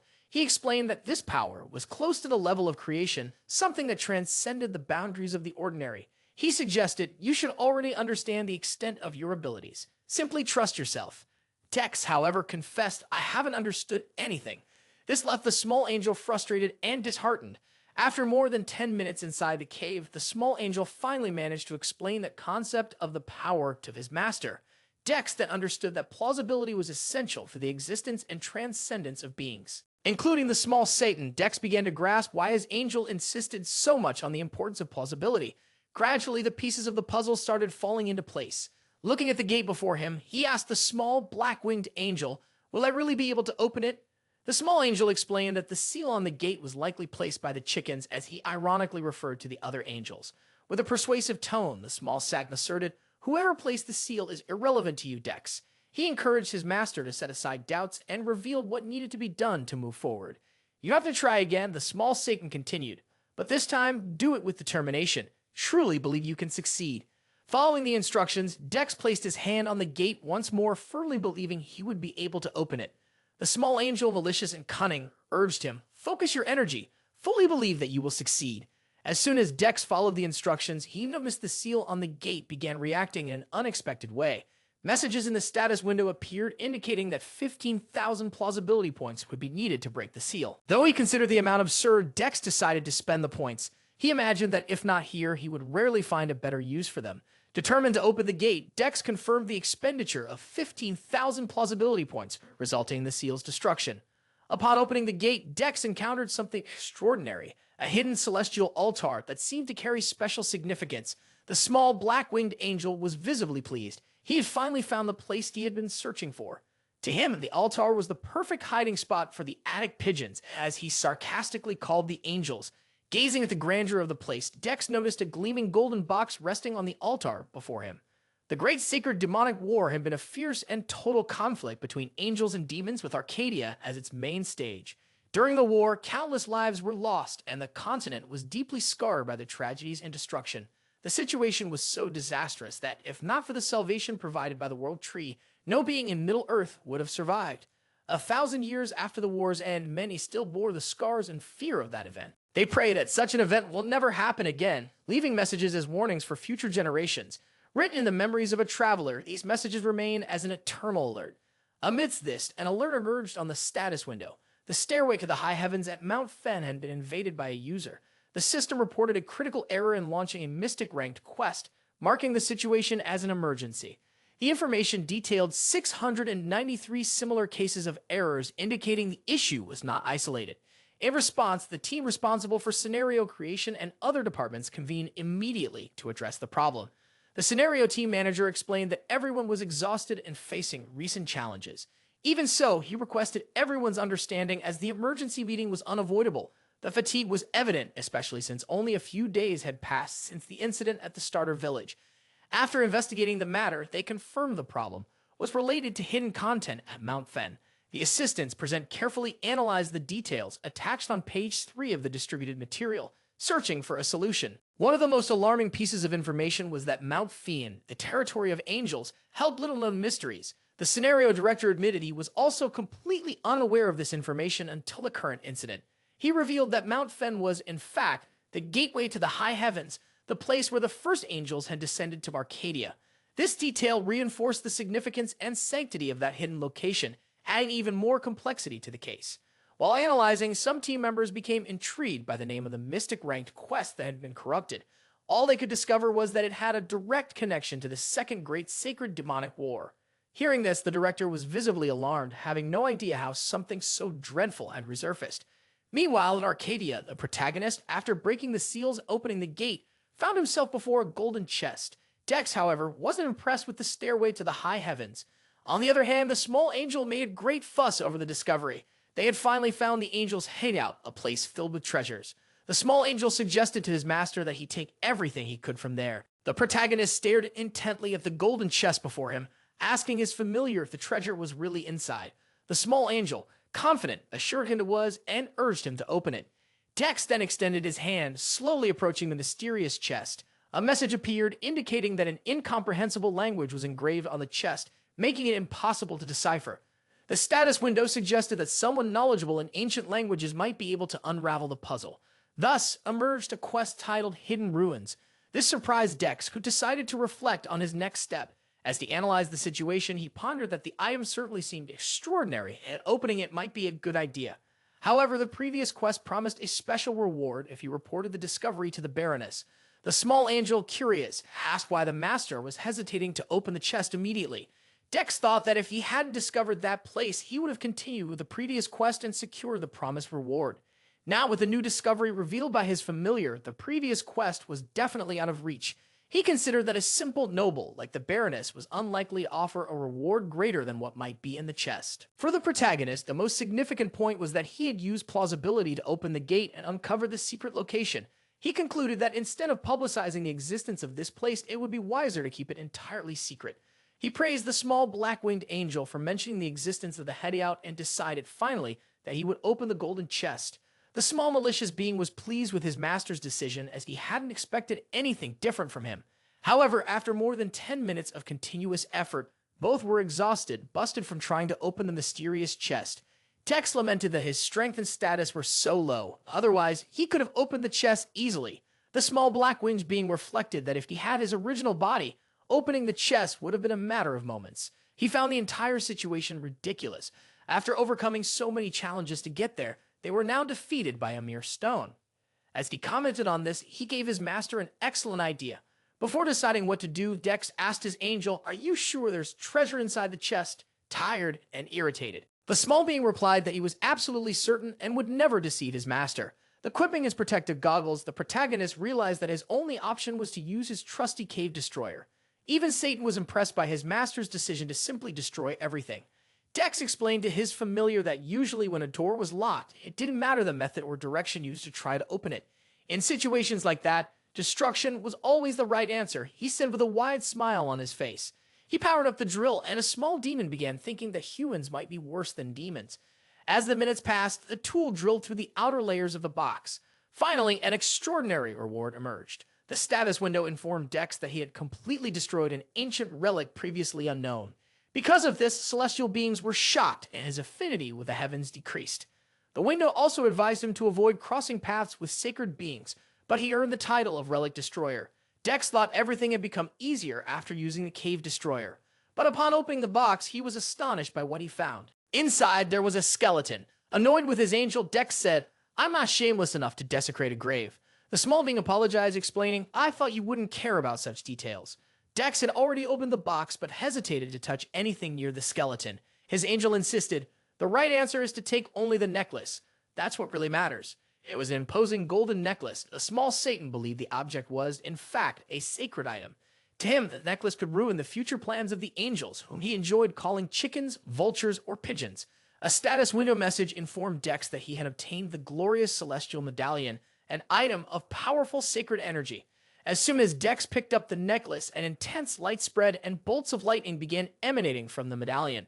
Dex felt the energy flowing through him, so powerful that it illuminated everything around him. He reacted cautiously, attentive to what would come next. Dex began to feel the intense fluid coursing through his body. The status window revealed the medallion's special ability. A secret class, Holy Prophet, had been granted to him, yet the sensation felt as if an immense pressure was bearing down on him. Warning windows kept appearing, stating that his current role did not fall under the holy category and that a critical system conflict had occurred. The black-winged angel, visibly unsettled, was nearly harmed by the light radiating from the medallion. He asked his master what was happening. Dex, holding the medallion, admitted he didn't know either. When he checked the classification of the celestial medallion, the system indicated it had been deactivated due to a critical error. Realizing the game would need to address the problem, Dex decided to wait and see how events unfolded. Meanwhile, nearby, a guard at the entrance to a mining cave stopped someone attempting to enter. It was young Choi, who had watched the tutorials and, like many others, wanted to try mining. However, a strange key appeared blocking the way. The guard, not recognizing him, asked if he intended to mine there. Showing a piece of paper, the guard explained that a mining fee was required and asked if Choi had the necessary pass.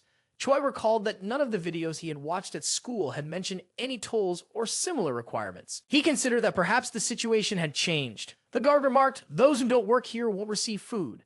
The boy asked about the price of the pass, and upon hearing the answer, he pondered whether he could afford it.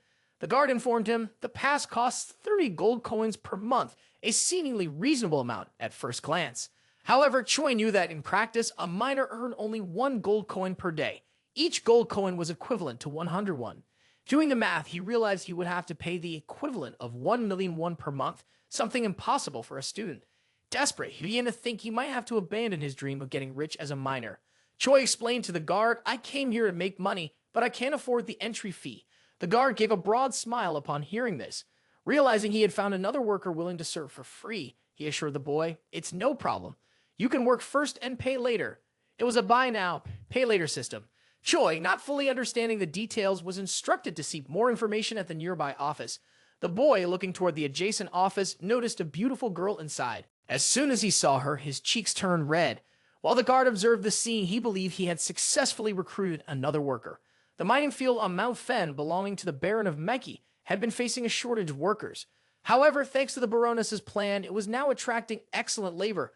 The workers seemed enthusiastic, making it easier to attract new miners in a short time. Dex reflected that such cunning couldn't have been the Baroness's idea alone. Someone even more devious must have helped plan it all. Surely this wicked individual had created a system that exploited the needs of others for personal gain. Meanwhile, Dex's status window showed that he had resolved the Baroness's concern and needed to meet her to receive his reward. He grew excited upon realizing he had completed the mission and quickly informed his small black-winged angel, Seton, that he intended to wrap things up there. Curious, Seton asked his master about his plans. Dex replied that he would do whatever was necessary. The angel, intrigued, noted that Dex seemed somewhat sinister. The player explained that besides exploring the ruins, he intended to take everything he found. He also planned to completely destroy the site to ensure no one could discover what he had done.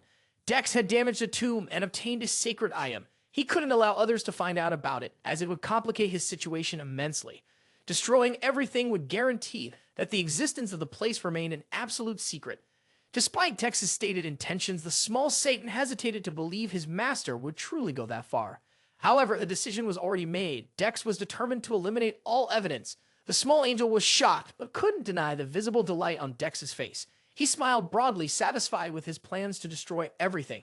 After a few minutes, Dex was pleased having disposed of all the evidence. He knew the plan would be perfect once he blocked the entrance. The small demon, still surprised, muttered to himself about how much he could still learn from human nature. At the Baroness Mikey's mansion, she greeted the protagonist warmly. Dex asked, "Are there already new miners? Are they performing well?" Excited, the Baroness replied, "It's all thanks to you," and assured him that they would work hard for at least an entire year. With enthusiasm, she asked, "Do you have any idea how many people have signed a free slave contract?" She explained that in exchange for a negligible fee for the mining pass, they had signed contracts that practically bound them to the site. Mai revealed that the number of miners had jumped from about 800 to an impressive 9,693 people.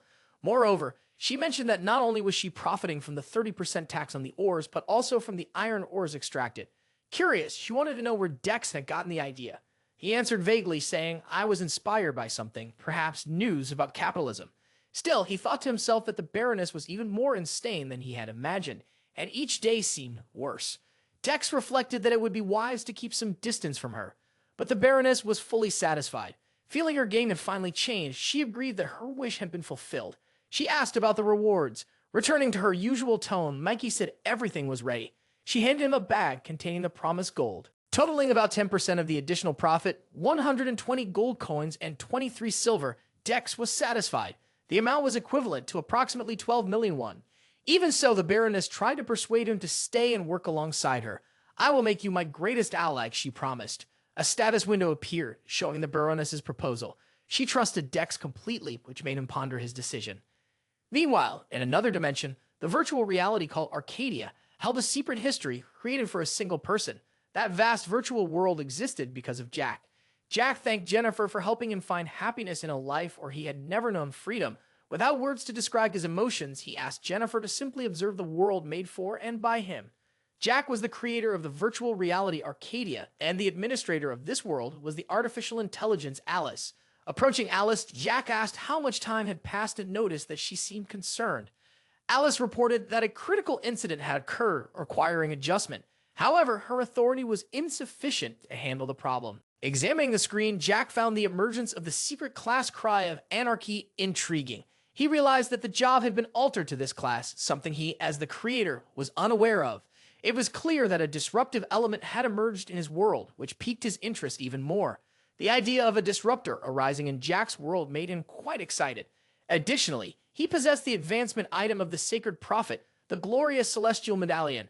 However, this item belonged to a class destined for the supposed main character of the Sacred Demonic War. It so happened that a single individual had acquired both forces, which made the creator take note of an imminent conflict. Jack, finding all of this fascinating, commented to Alice, "The idea of creating Arcadia has been a very good one." For Alice, it was enough that he was satisfied. She then asked what should be done about the player Dex. She waited for Jack's decision, who thought that Dex should work on improving the game and later receive a response. The decision was made. Since Dex possessed the item, he would be rewarded. In this case, the reward would be a modification to the item's attributes. However, the creator knew that the player was unbalanced in the world of Arcadia and would therefore need to restore balance. Thus, Jack decided to send Miguel to counteract the dark force within the player, re-establishing equilibrium in the world. Meanwhile, in the Barony, Dex faced a dilemma. Should he stay with the Baroness or reject her proposal? He began by apologizing and explained that he had to decline the offer, as he had previously mentioned he needed to continue his adventure. The Baroness was disappointed as she had believed Dex would stay with her. However, Dex remarked, "Once my journey is over, I will return to this place." Deep down, he knew it would be too exhausting to get deeply involved with her. Hearing that Dex intended to return someday made the Baroness feel satisfied. Knowing this, she handed him a letter of recommendation allowing him to travel safely anywhere. She explained that she had written the letter herself and that, with it, Dex would likely gain protection wherever he went. The status window confirmed that Dex had received the quest reward, the Baroness's letter of recommendation. Dex found it strange, but thanked her for the protection. He then asked, "Is a war about to break out in the country?" The Baroness was surprised. "Dex, how did you heard anything about what's happening? For a long journey, a letter alone wouldn't suffice." Dex inquired, "What's the state of the kingdom? What does it all mean? Such a story could only be shared with an NPC." She began to explain, "The situation with the imperial family is not good at all. After the current king age, the prince was supposed to ascend the throne. However, he's too immature to take on the responsibility. This led to intense political strife, with factions fighting for control." She continued, "The worst part is that among these factions is Duke Barry, who has become the leader of the noble faction. Not only that, but the Duke has also suggested that the country go to war with the neighboring nation." The Baroness then revealed, "After all these events, I'm not sure how much the country can endure. I'm deeply concerned about the situation." Dex, however, seemed more troubled than she had imagined but didn't want to get involved in any way. He then noted, "The letter of recommendation you wrote detailed how I solved the Baron problem. Even the kingdom could welcome me with open arms." But she also asked him to lend his strength to the kingdom. Dex feared what had happened, but a new quest was updated. He was tasked with contributing to the kingdom and the imperial family. He realized this wasn't just a quest, but a mission, and the strangest part was that he wasn't consulted about accepting it. This made Dex think the game was being unfair since it didn't give him the option to choose. Dex then said, "I will do my best to help." Satisfied, she remarked, "I knew I could count on you. I believed you would accept the mission." As he was leaving, she bid him farewell with a strong and eager wave waiting for his return. She shouted, "Feel free to contact me at any time. I'll always be waiting." Dex, head down, felt he had made a problematic connection. The Baroness, on the other hand, felt that it wasn't something simple. She was certain that even a fool would realize it after meeting him. That adventure was the key to changing the entire world of Arcadia. His thoughts were logical and rational. Jaeyeong's actions, the protagonists, were beginning to alter the world known as Arcadia. However, it wasn't clear whether he wanted this or if it was the flow he was destined to follow. Yet, it hardly mattered because the fates had been altered by his own circumstances. This was an immutable and irrefutable fact, the result of the impact he left behind. Even though most of what had happened seemed meaningless, this was a world designed for the users. And who would dare punish the one who had come closest to the game's original objective? What mattered most was that the pranks Dex would carry out from that point on. Compared to his previous accomplishments, it would be nothing. The small sect asked his master, "Are you all right?" He knew things were problematic when it came to human politics. Dex, in his reflection, realized one more thing. Even if things ended here, he would see it through to the end. This left the small black-winged angel confused, but his master explained that it was all about plausibility. The status window indicated that the issue related to the system error had been resolved. The status of the glorious celestial medallion was fully adjusted, and its intense light once again illuminated everything. It was so bright it hurt Dex's eyes as well as those of his small black-winged angel. They didn't know why this blinding light began to condense, but it seemed to be forming a pair of angelic wings. Dex, observing, thought he could understand what it was. Unfortunately, Satan knew exactly what was happening. Annoyed upon seeing those blonde locks, he immediately recognized the situation. The status window reported that, due to the effect of the glorious celestial medallion, Dex had formed a connection. It was sacred in nature, and Guardian Angel had been summoned to protect him. The connection of this angel was permanent, making it impossible to sever, as they were now interlinked. The angelic apparition was none other than the star of sanctity and glory, Archangel Michael, in all his splendor. However, just as it happened with the great demon king, the Archangel had been infantilized. Angels and demons were like cats and dogs. It could be said they were sworn enemies of one another. They were two races that could not coexist under the same sky. The meeting of their leaders would surely cause chaos. In reality, it was far less dramatic than expected. Dex witnessed the two figures simply bickering. The blonde-haired, blue-eyed angel with white wings turned to Satan and commented, "Why are you roaming freely?" From the black-winged angel's perspective, he expected his rival to be in the same condition as him. Meanwhile, Michael asked Satan, "Had you still not learned your lesson from our last fight?" The protagonist merely asked both of them to stay still. He wanted to know what they were doing, what was causing so much commotion and noise. Satan, his black-winged angel, replied, "I want to put that chicken in its place." That's how he liked to refer to angels. However, the white-winged angel had the same intention for Satan. For emphasis, Satan mockingly added, "If I at least had my original body, I could teach that pigeon a thing or two." Meanwhile, the gentle white-winged angel said, "This is ridiculous. Even I, without my original body, am limited." For the protagonist, hearing about legendary and divine weapons felt more like watching two kids fight over a toy. It had nothing to do with the grand myths in the books that describe the two as great powers. However, the beautiful blue-eyed angel caught his master's attention and asked, "Why did you make a contract with Satan?" The protagonist simply replied, "I didn't choose it. I was forced into it." Satan retorted, saying he had enjoyed using him so far. The power the protagonist possessed was called plausibility. This power became very dangerous in the wrong hands, especially if he handed it over to any villain. The angelic being took the opportunity to call Satan just a bat, which didn't sit well with him. He countered by calling the angel a chicken. The divine angel in turn remarked that there was nothing to be done now, as the contract had already been sealed. He said he would become Satan's guardian angel and guide him down the righteous path. The protagonist looked at the angelic figure with doubt in his eyes, unsure if this was truly what he wanted. However, the scene caused much laughter and even a few chuckles from the small demonic being who found the angel overly naive. In truth, Satan didn't know the human very well and understood that this mission was practically impossible for just any angel. The divine being then asked what the demon was muttering about, and Satan explained that his master was no ordinary person. His master was, in fact, the most demonic person he had ever encountered, perhaps even worse than any other evil being. Hearing those words, the protagonist knew his small companion was right. To reach this point, he had accepted the double class of anarchy, which obviously involved bringing chaos. If one were to describe the essence of everything he had done so far, it would be more accurate to say his nature leaned more toward the dark side. And although he tried to fulfill the angel's wish in this situation, the angel warned him that everything had a proper way of being done, as long as one looked at things the right way. The angel believed that all humans had been created by a great creator who had placed goodness in each of their hearts. The protagonist believed that he could change. From that moment, the angel would try to awaken the goodness that still existed within him. Approaching the protagonist, the angel requested that he be called out from then on. The small demonic being merely observed the Archangel Michael's demand to be called by another name. To maintain peaceful coexistence between that being and the master, he warned that he would ignore the presence of that pigeon. He made it clear that the decision was his and that he could settle the matter in a fight if he chose to act physically. However, the angel simply dismissed the idea and declared that moving forward was not the way of a vile demon. The two likely began to quarrel, and now the topic had shifted to the plausibility contract. The protagonist merely watched as the two hurled insults like chickens and bats at each other. He concluded that he now had two noisy summons instead of just one. Still, he wanted to discuss a proposal with the angelic being. It didn't matter if the being was angelic or demonic. Unfortunately, The world followed the rules of capitalism. It was governed by the logic of market competition. The protagonist then said, "Since we are discussing plausibility, I should inform you that I gave nothing for free to the small Satan. For that reason, I have a question for you. Are you willing to trade something of value for plausibility?" To the protagonist, a most important thing was always receiving something in return. This wouldn't change just because the angel had white wings and was a divine being. However, Elle skillfully handled the situation. She said, "I am well aware of those rules." She explained that she possessed some celestial weapons that could be of great help to humans.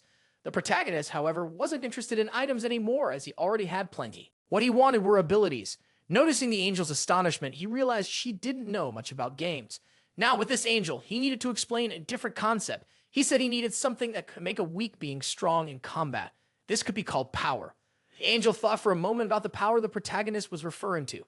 Being charged with anarchy didn't seem sufficient for the protagonist, and it definitely appeared to be an incredible task.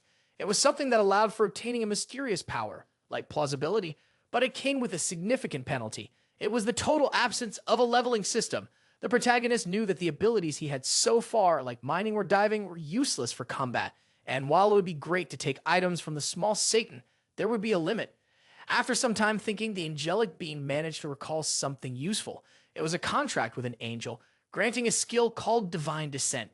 The status window revealed that he could use plausibility to temporarily borrow the power of the heavens. The angelic being explained that this completed their contract and extended her hand to the protagonist.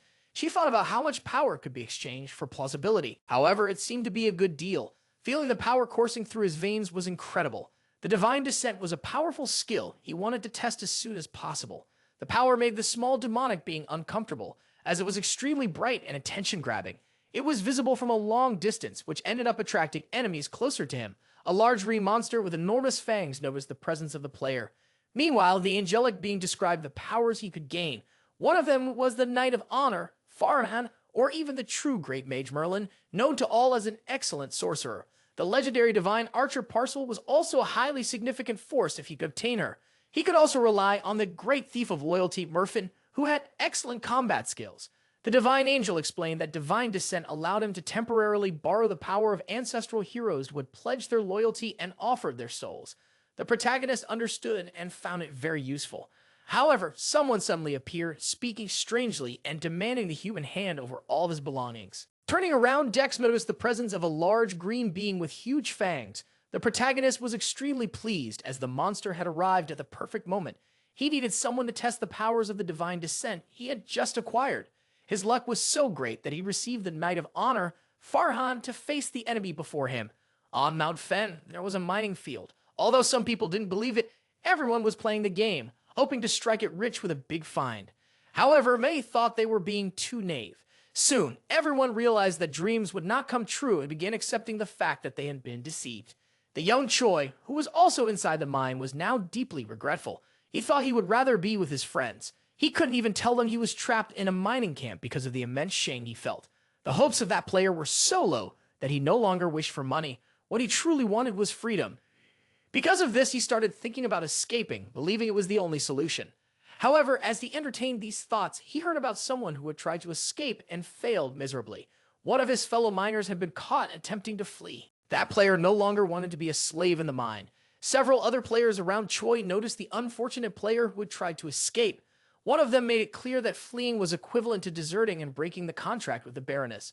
If that happened, the player continued, you would be treated as a criminal in all the villages of the city. That would be the end for anyone who genuinely wanted to play the game. You'd have to stay in a mining camp. Choi abandoned his thoughts of escape. When asked if he was thinking of fleeing, he replied that he had never considered it. Returning to digging with his pickaxe, he struck the rock with all his strength. Then, he achieved rank 5 in mining skill. His speed increased, and he could now mine for much longer. Additionally, he earned the title of Persistent Miner. The status window revealed that the longest burning flame was showing interest in him. Choi, already tired and frustrated with the game, was surprised when he glanced at his status window. However, he had no idea what the longest burning flame was. He was constantly urged by the guards to keep going. Meanwhile, elsewhere, Dex was using the Divine Descent, the power he had obtained from the Archangel. He was enveloped in the power of the Honorable Knight Satan, a legendary sacred knight. His sword instilled fear in evil demons, and many lives had been saved by his shield. His presence was a promise of great victory, and he was known as a living honor. However, the demons who were his enemies called him by a different name. This was because he could shatter even the strongest shields, and the demons shouldn't have been surprised. Wherever the honorable knight passed, he brought victory, glory, and justice with him.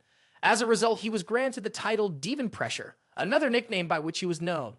The status window confirmed that a celestial being had descended upon the protagonist's body. Now he could temporarily use that being's power and, for a limited time, access the abilities of the honorable knight. This left both the protagonist and his favorite demon, the small black-winged angel, utterly stunned. Satan immediately recognized the sword and shield, and upon seeing them, the protagonist was quite pleased with the divine descent ability. The small Satan wondered why it had to be that being, the destroyer of his people. Dex asked him if he knew the honorable knight. Terrified, the small Satan responded that he did, and that every demon in hell knew the name of that monster. Dex, however, said nothing to Satan. He simply thought that this must be the knight fighting for justice. After talking with the small, malicious Blackwing being, Dex realized he hadn't paid enough attention to the guests. They were an enormous being standing before him, eager to fight. If that's what they wanted, Dex would gladly oblige. The monsters noticed that the player had altered his presence and commented among themselves that he seemed different.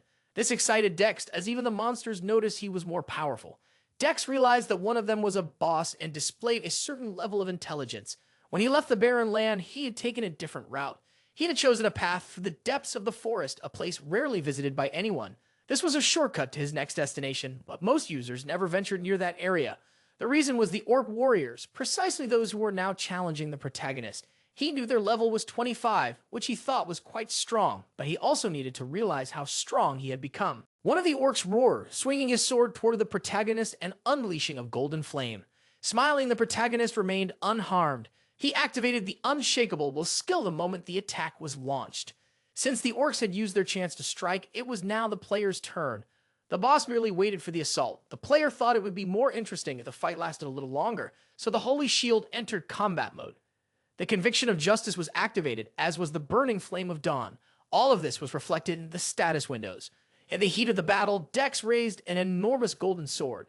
The orcs, seeing such power, were terrified. They begged the human not to come any closer.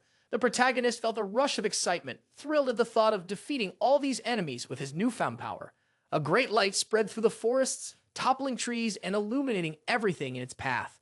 The status window notified that the divine descent ability had ended and was calculating the plausibility spent. A total of 352 plausibility points had been consumed, and the player was satisfied with the achievement. He imagined he was much stronger as he managed to eliminate all those bosses with a single strike. Even the divine angel in front of him found the feat accomplished by the protagonist truly impressive. He thought it was ridiculous that despite using the divine descent ability, Dex was still just a human. Suddenly, Angel's eyes widened as if he had realized something far beyond his own existence. The Archangel was grateful and reported his thanks to his creator. He now understood why he had been sent to that place. The human was the existence that would change the course of the entire world, and he, Michael, would witness it all with his own eyes. Looking at the protagonist, he thought he would see firsthand everything that person would accomplish. When the protagonist's two summons finally laid down to rest, they were able to sleep at last. Both were immersed in their own thoughts. The power of divine descent was something that completely captivated their attention. The protagonist needed to carefully reflect on every detail. He considered that the ability was truly valuable and that, thanks to it, he had significantly improved. Analyzing the benefits, he realized that the power helped mitigate problems arising from level differences in battles. Initially, he could only buy items from the small demon, using them to reduce the power gap in combat. However, since he had already spent a lot of plausibility acquiring those items, he knew he needed to keep using them, even though they had a limit. That was precisely why he decided not to acquire any new combat items. He felt relieved to know that this specific problem had been resolved. However, there were disadvantages. The plausibility cost of divine descent was extremely high. He remembered how he managed to defeat 3 orcs in less than 3 minutes. Even considering the time spent analyzing a skill window, the entire event took less than 10 minutes. But the exorbitant plausibility consumption worried him. He pondered what would happen if he had to face an even more powerful enemy and calculated the potential cost. There was also the issue of skill proficiency. Each new existence obtained through divine descent presented new challenges. While lost in thought, the small white-winged angel appeared, smiling mischievously. "I find it all quite amusing," the angel said. Noticing the angel's presence, Dex turned and asked he was still awake. The angel explained that unlike black-winged angels, those with white wings tended to sleep lightly. The small angel continued, noting that the protagonist might not know this, but sacred warriors with great power rarely needed to rest. Additionally, he mentioned that bringing such individuals to Earth wasn't as costly as it seemed. He also suggested that the protagonist consider how extraordinary plausibility was capable of making even the most improbable situations possible. The angel's sharpness caught Dex's attention. Observing his behavior, Dex realized that the angel had an incredible knack for negotiation, making him feel slightly tricked. Even so, the protagonist firmly stated that he would only use that power in absolutely essential situations. Meanwhile, in the Kingdom of Maroon, which served as the main base for the Korean server in Arcadia, internal affairs were not in great shape. Despite this, the kingdom was widely regarded as prosperous. Located at the center of Arcadia's second continent, it took advantage of its privileged geographical position. It functioned as an important business mediator between the countries. Enabling substantial profits, it was inevitable that significant trade agreements would be established in the Kingdom of Maroon due to its strategic location. A merchant, visibly annoyed, had brought several goods and had been waiting for a long time. He was informed that the master merchant was unavailable at the moment. Therefore, he would need to address his matters with someone else. The branch service manager, Mr. John Smith, the assistant, said. The manager explained that the master merchant was engaged in an important meeting. At that moment, the master was accompanied by Duke Byrne, working to solve old grievances between them. The master of the Great Association believed that the Duke could significantly contribute to the logistics of goods. Looking at the Duke, it was evident he was a man of sharp words, something impressive for someone from such a simple village. If necessary, the Duke had the ability to mobilize all the troops of the kingdom. Such was his influence and power. This was the core of the Korean server of Arcadia, a place full of intrigue, where a dangerous figure, the subject of many rumors, seemed to be aiming for the throne. However, for the Great AM Merchant Association, that person was seen as the best possible partner, someone with the potential to make them millionaires. The merchant master, while analyzing the circumstances, concluded it had been worth researching him in advance. Choi Ju, the youngest son of the president of the GM group, was thinking about rewarding the strategy team for their well-executed work. However, he was not the pride of his family. Over the years, he had abandoned several important positions, quitting each one for various reasons. Now, he knew he was facing his last chance. If he failed again, his father would not allow him to take another position in the company. The GM Group, a major mercantile corporation, had established a veritable fortress in the Kingdom of Haroon. In truth, it was a powerful South Korean corporation currently led by Choi Ju. It was a community dedicated to playing Arcadia online with the clear objective of amassing great wealth. Thus, at that negotiation table, power and authority converged, blending reality and virtual reality in an impressive way. Hugh Bam made his purpose for being there clear. He had heard about the rapid growth of GM's merchandise and their connections with influential figures. Because of this, he wanted the organization to use all its resources to acquire a significant amount of grain. After the conversation, an agreement was reached. GM's merchandise would now hold logistical authority over supplies in the kingdom. The Duke explained that he needed to act discreetly without drawing attention, which was why he sought an adventurer to help him. The merchant master, aware that this was a unique opportunity, did not hesitate to finalize the deal. Though satisfied with the outcome, he also saw it as a golden opportunity for his own advancement. He considered this the moment he had been waiting for, and even his employees seemed to agree on the importance of the deal.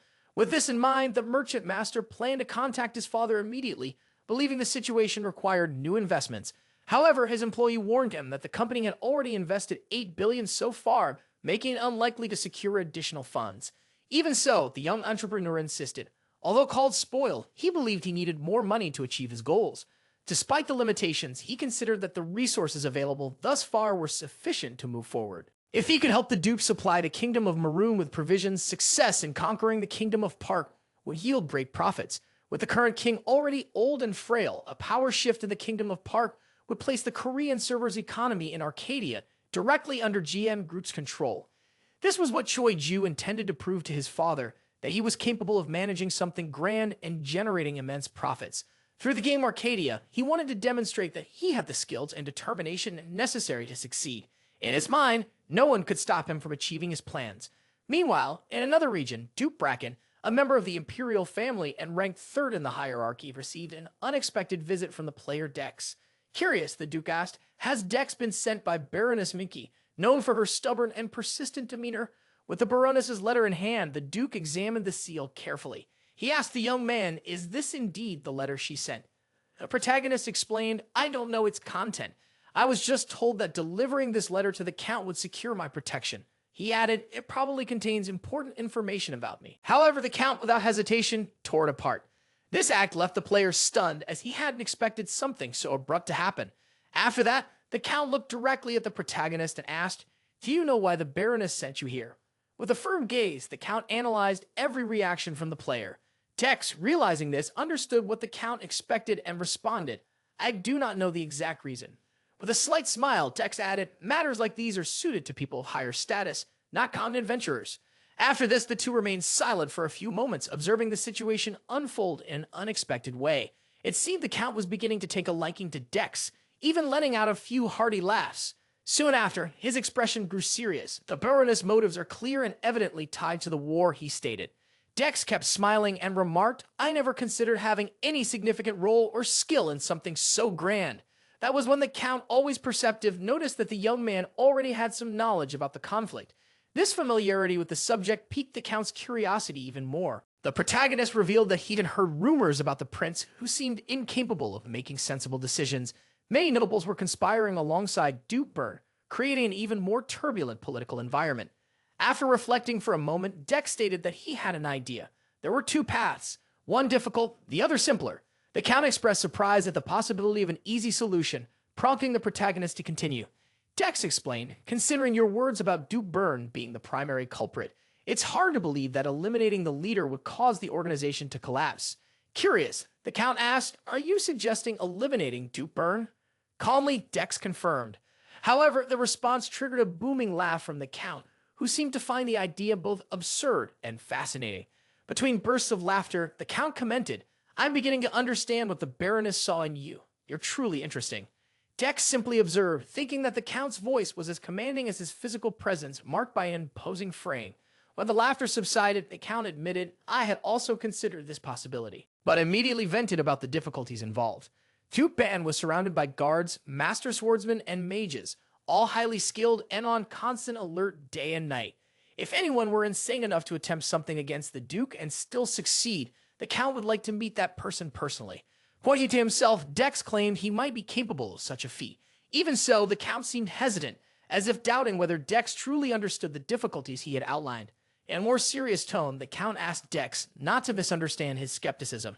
He emphasized that considering the player's current level, it seemed unlikely he could even scratch Duke rose. Confident in himself and his powers, the protagonist asked the Count what his real concern was. Dex also wanted to know if the Count believed he couldn't accomplish the task that had been mentioned. With a slight smile, the Count remarked, "It's good to be young and full of confidence. That's something I admire." Determined to test that confidence, the Count stood up slowly and asked Dex to follow him. He explained that since the young man was so confident in his abilities, he should prove them in a duel. Additionally, he mentioned that Baroness Miki was likely impatient, but he trusted her judgment as someone who recognized potential in people. Thus, the Count decided to give a fair evaluation of the young man's abilities as recommended by the Baroness. Before proceeding, he asked Dex not to disappoint him. After all, besides being a Count, he was a rank 3 master swordsman of the Imperial family. Without hesitation, Dex used the Divine Descent ability, even knowing it would consume many plausibility points. This time, he managed to summon the divine existence of the Wandering Knight Kliss. The aura around Dex shifted dramatically, something the Count noticed immediately. In mere seconds, the young man who had previously seemed inexperienced now displayed the posture of someone who had trained with a sword for a lifetime. The status window confirmed that Kliss had descended upon Dex, allowing him to temporarily use his powers. Confidently, Dex informed the Count that he would only need 5 minutes to finish the duel. He justified the short time due to the high plausibility cost of maintaining the ability. But the fight began. Dex activated Quick Steps and Wingblade, charging forward with full force. The Count, initially apprehensive, quickly demonstrated that he was no ordinary combatant, showcasing his vast experience. Although Dex attacked with the intent to end the duel swiftly, the Master Swordsman skillfully regained control of the situation. As the Count was impressed by the strength of the young man's strikes, he began to realize that Dex was no ordinary adventurer. Dex, noticing the Count's surprise, sarcastically asked, "Did you only just realize that?" The Count recalled when Dex had claimed he could take Duke out of the game. At that moment, he began to believe the young man might be serious. Dex wanted to end the duel as quickly as possible to avoid consuming even more plausibility points. However, the Count seemed determined to push his limits. The Count used his special technique, or blade, a signature move of the kingdom's swordsman. He commented that he was still a beginner as a master swordsman, but took pride in his skills and wanted to put them to the test. Dex, on the other hand, found it unnecessary to prolong the fight, in his opinion. The Count had nothing to prove to anyone. Even so, he charged forward with full force, delivering a powerful attack. Dex, far from being a mere beginner, was ready. In addition to his experience as a player, he wielded the immense power granted by divine descent. The clash between the two continued, each strike revealing the strength and skill of both. As Dex's destiny in the kingdom unfolded before him, he knew exactly what needed to be done. With so much power in his hands, he was determined to act.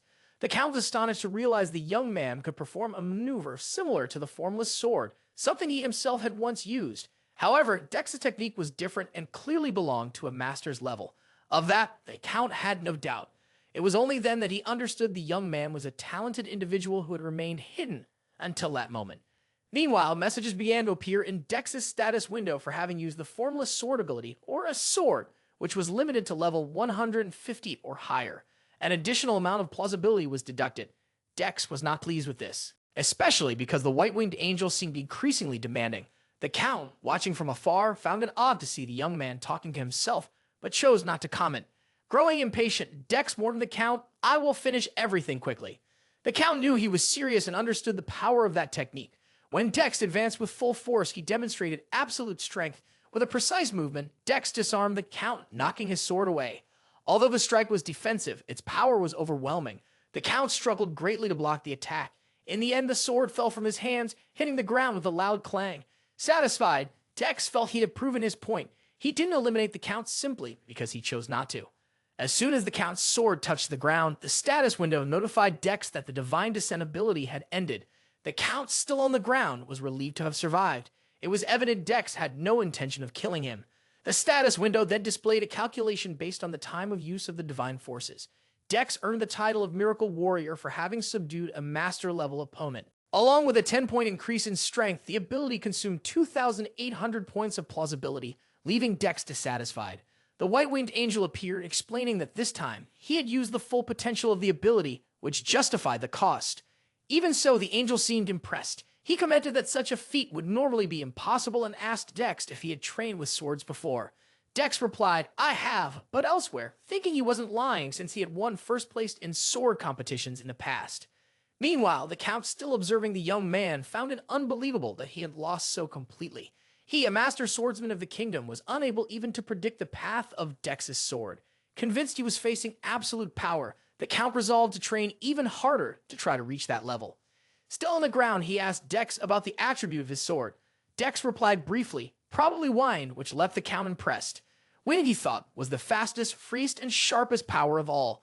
Determined to improve, the Count promised himself he would dedicate himself fully to his training. Meanwhile, a black-winged angel, waking from a long nap, asked his master, "Why does the Count insist so much on training alone?" The angel's master had no answers to this question, but he knew the Count was someone determined to achieve perfection. The Count apologized for his earlier rudeness and begged forgiveness for the insolence of an old Count. The protagonist smiled and said, "It's all right. Such things happen." The Count then wished to continue the conversation regarding eliminating Duke Bin. He asked, "Is the young man still interested?" Dex explained, "The best way to resolve the matter is to eliminate him. The Duke sides with the forces of evil. There is no other alternative but to completely remove him." Even so, the Count expressed concern. Smiling, Dex asked, "Do you know what the Gordian knot is?" The Count replied, "No, I do not." Dex then explained, "The Gordian knot is a complex knot, difficult to untie, but there is a simple solution to it." He asked, "Do you know what that solution is?" The Count replied, "No, I do not." Dex, still smiling, said, "The solution is simply to cut it." He explained that even if someone tried their best to untie something impossible, they would not succeed. However, if they cut it, they could see what would happen as everything would resolve itself naturally. The Count thought the young man was irresponsible, but he recognized that Dex was undeniably the only one capable of speaking so effortlessly. Among all the problems accumulated by the imperial family in the Maroon Kingdom, Dex's solution seemed to be the best. So the Count, bowing to the young man, said, "If that is what you wish, we will do as suggested." He noticed that Dex's aura was different. It wasn't just his sword skills, but something within him that made Dex the most formidable player in the world. At that moment, a notification appeared on the system screen, informing him that Dex had taken an important step in his mission to change the kingdom. A new mission was updated, and a side quest appeared. He had to eliminate Duke Bin. The protagonist, looking out the window, noticed the side quest appearing out of nowhere. He thought it was the system's doing.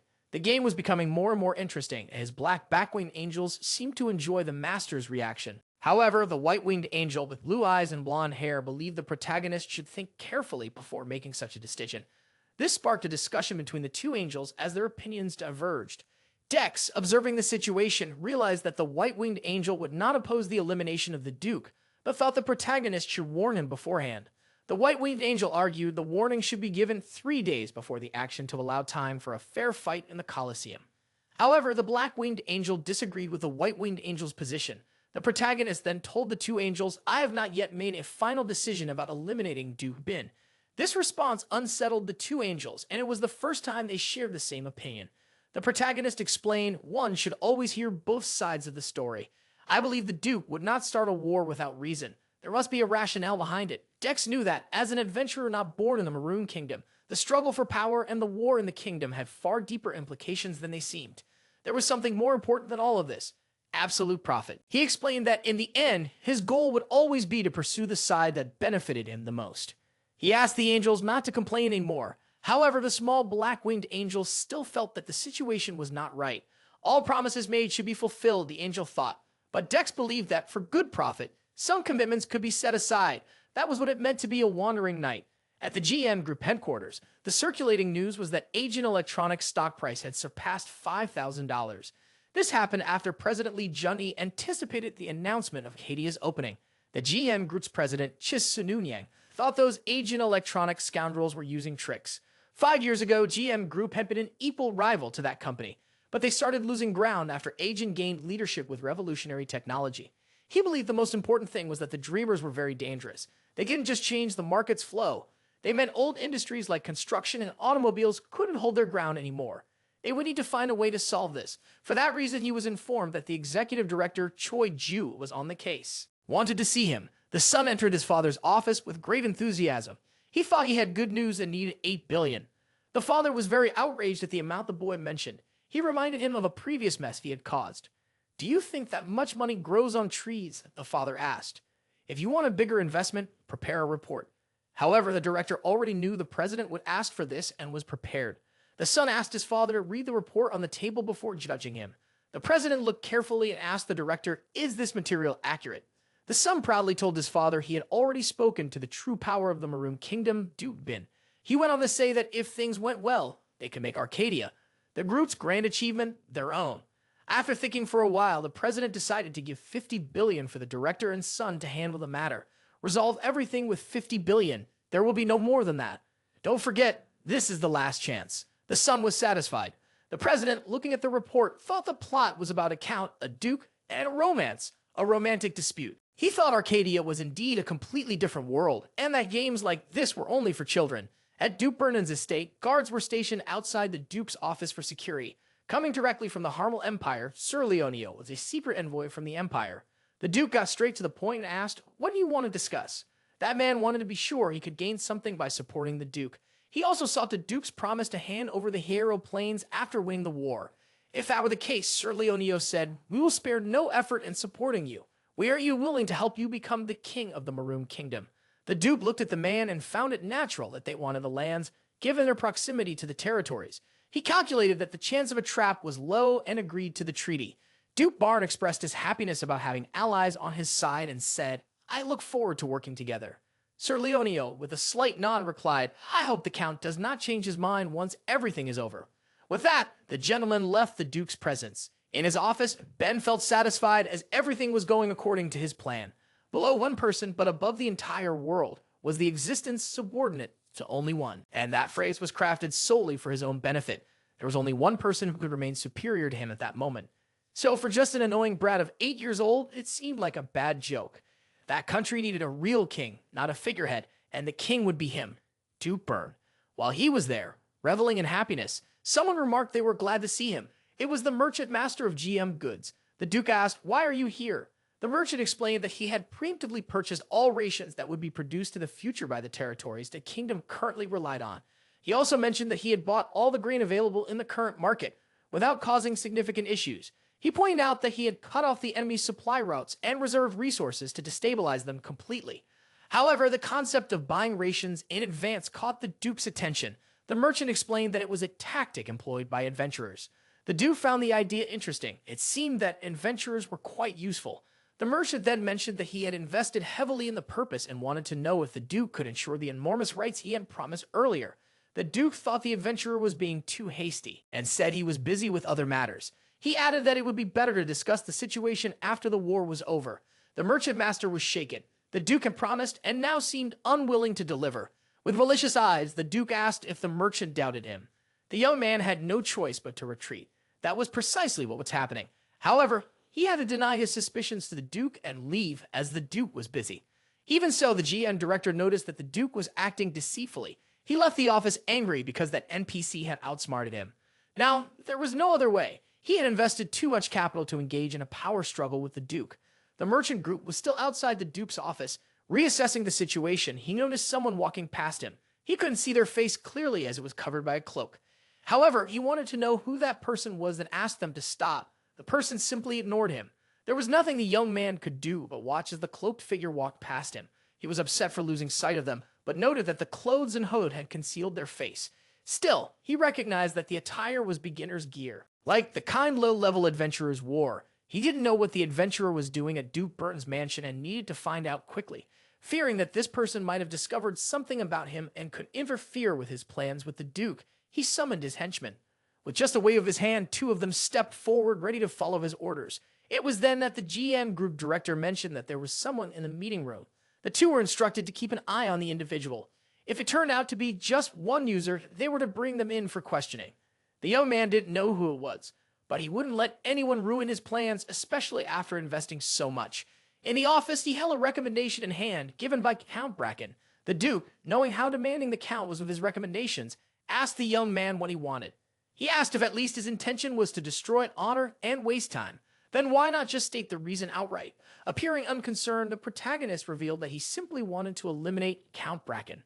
That response left the Duke a bit startled, and he asked if the young man had any reason for this. Dex explained that the Count believed the only way to prevent a war was by eliminating the Duke. He added that this was why the Count was planning the Duke's swift elimination. However, the Duke thought the adventurer was clever, but wouldn't believe his words unless he had some proof. Acting wisely, the protagonist said, if we're talking about proof, the Duke should already have enough to remember.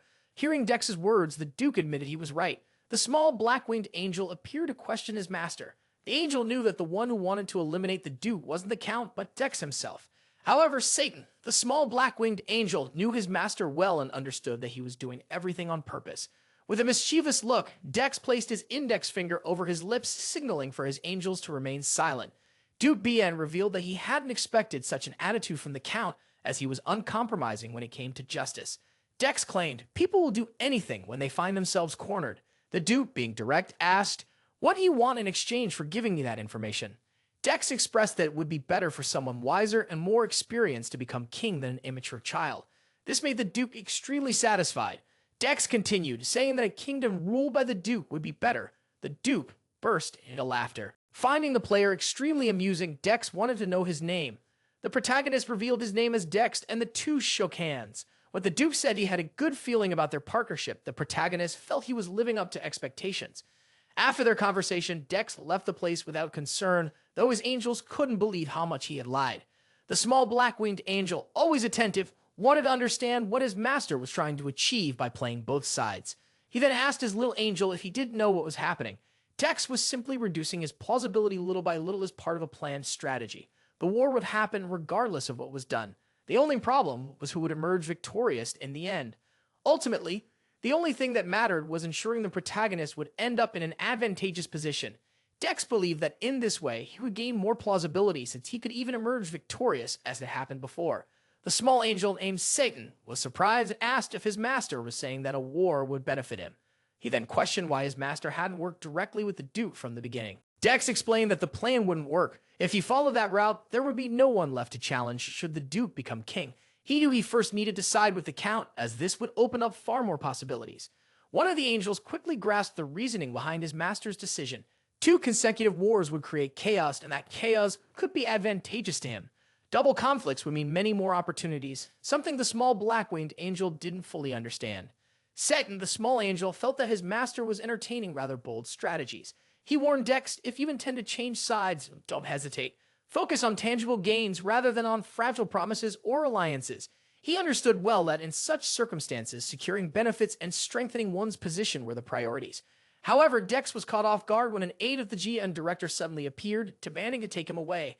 With no alternative, the young man had to accept the situation. Their stern expressions made Dex slightly uneasy, though he was also curious to discover what awaited him next. Already inside the GM facilities, Dex was escorted in by the two henchmen. The director welcomed the player and invited him to sit down.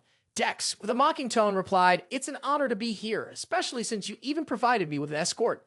The director, with a more serious tone, said, "We have enough people. The current number is necessary."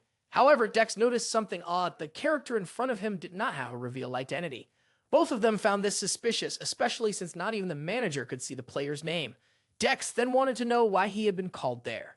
He felt uneasy and remarked, "I just wanted to check on something." He apologized, though his words sounded more like a fancy excuse than a genuine apology. In truth, the man wanted to know what Dex had discussed with the Duke. The player, indifferent to the director's pressure, replied, "I don't remember, and I have no reason to share."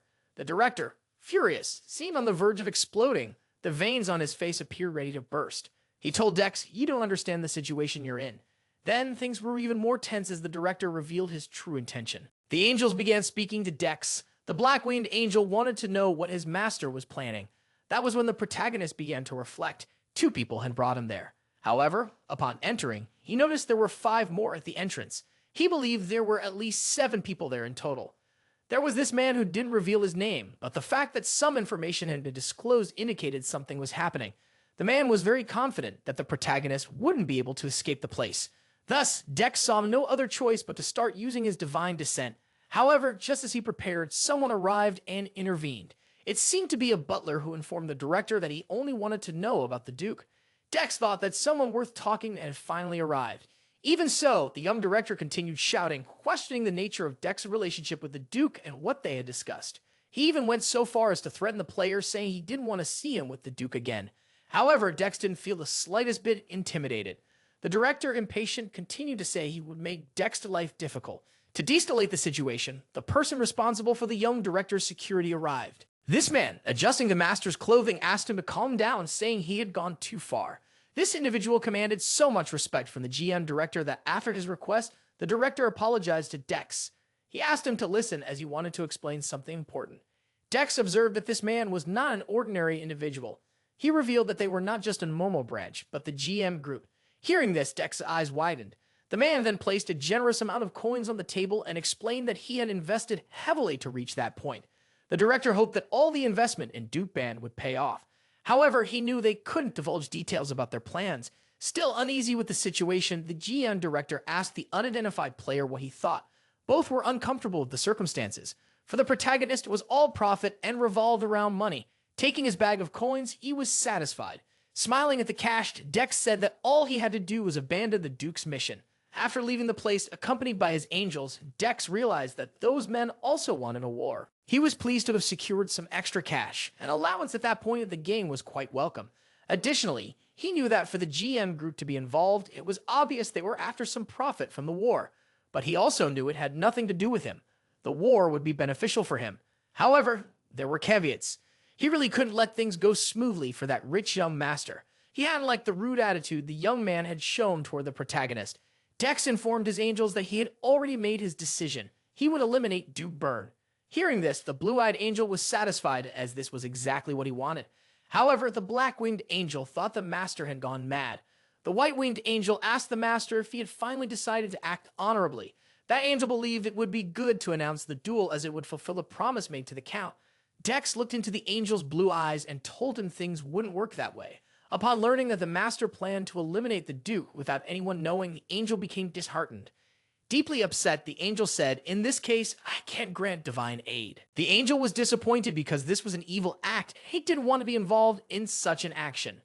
It was then that the small, black-winged angel with white hair named Satan came up with a great idea. Calling his master, Satan suggested, instead of trying to get the other angel to grant divine descent, I could lend it to you.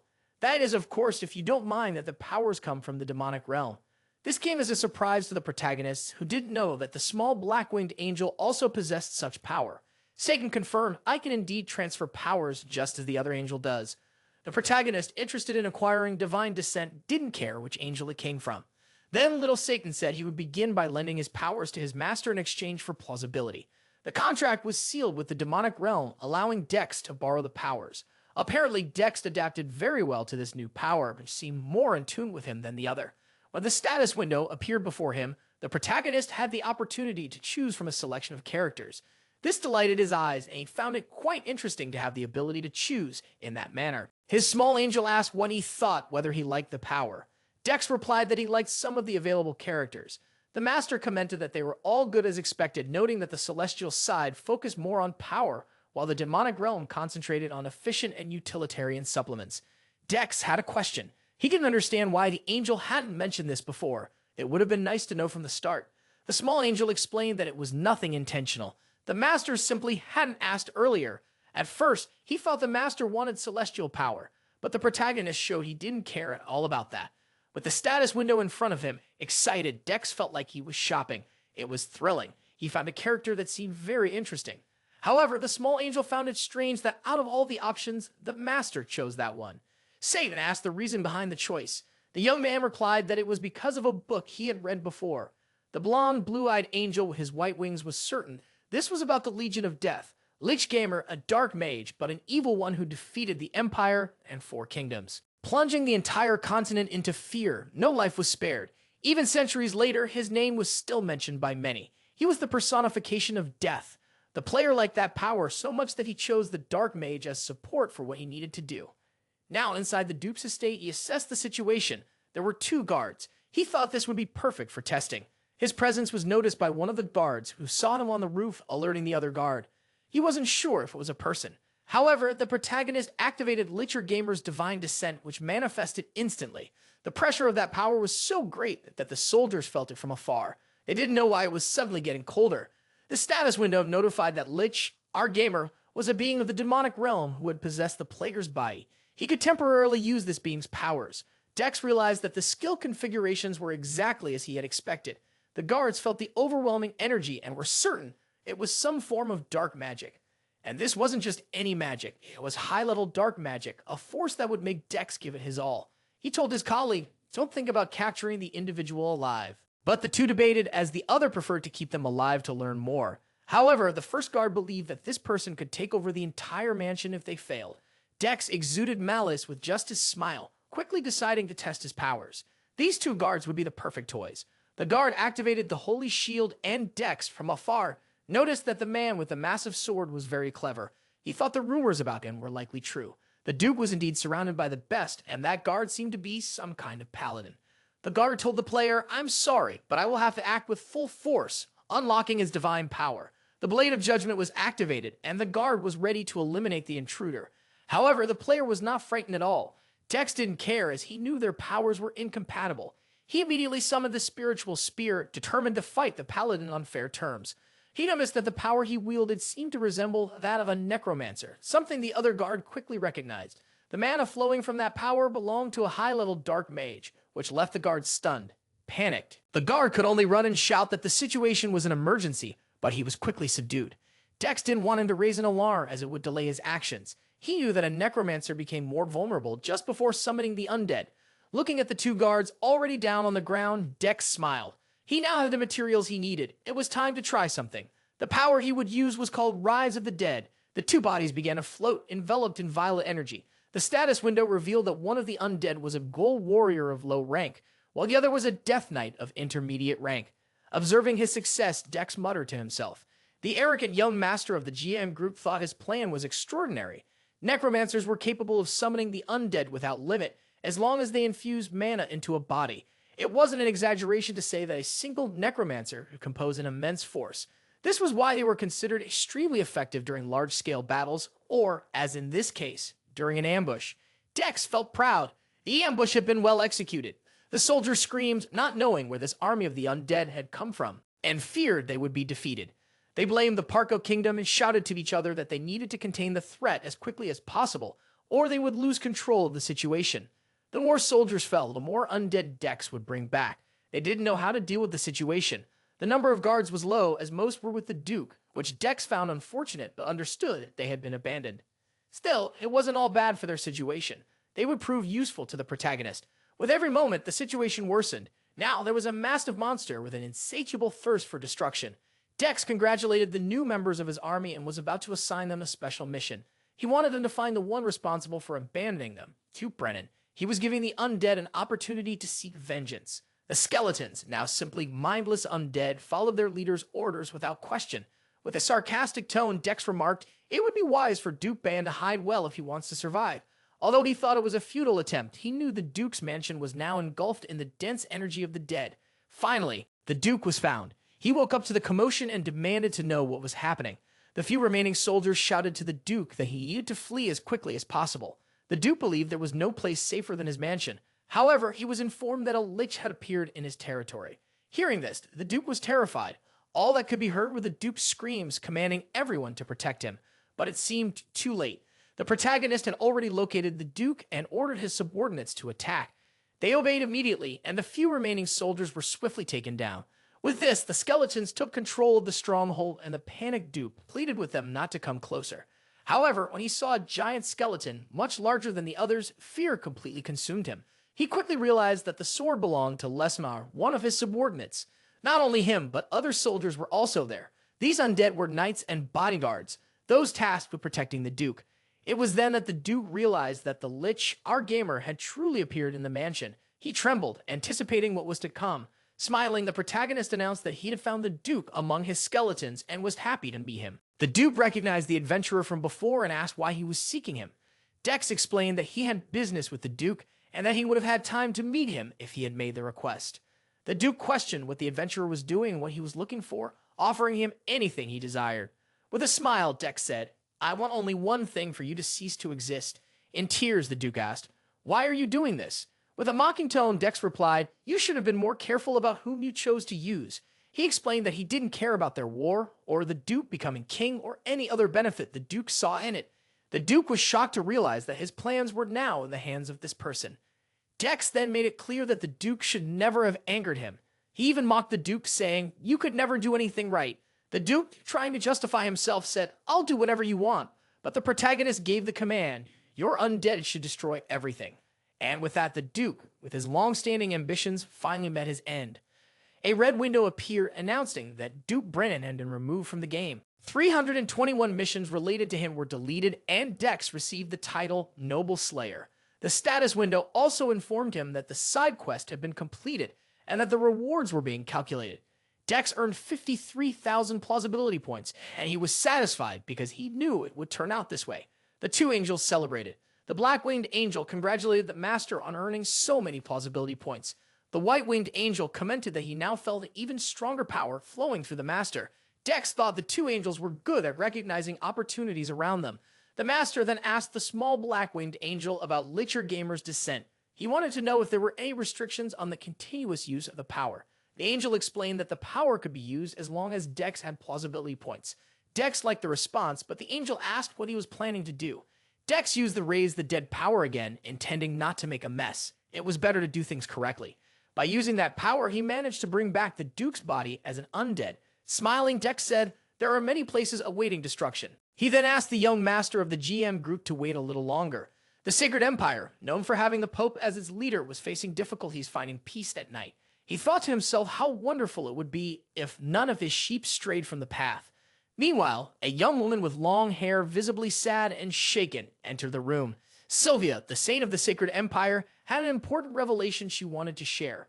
She explained that somewhere on the continent of Arcadia, there had been a great movement of shadows. The man known as the Pope listened attentively to the report from the white-haired young woman, absorbing every word with great interest. He then asked her, "Do you know more details about the event, or perhaps any clues that could help us discover the exact location of this evil? Any information would be invaluable."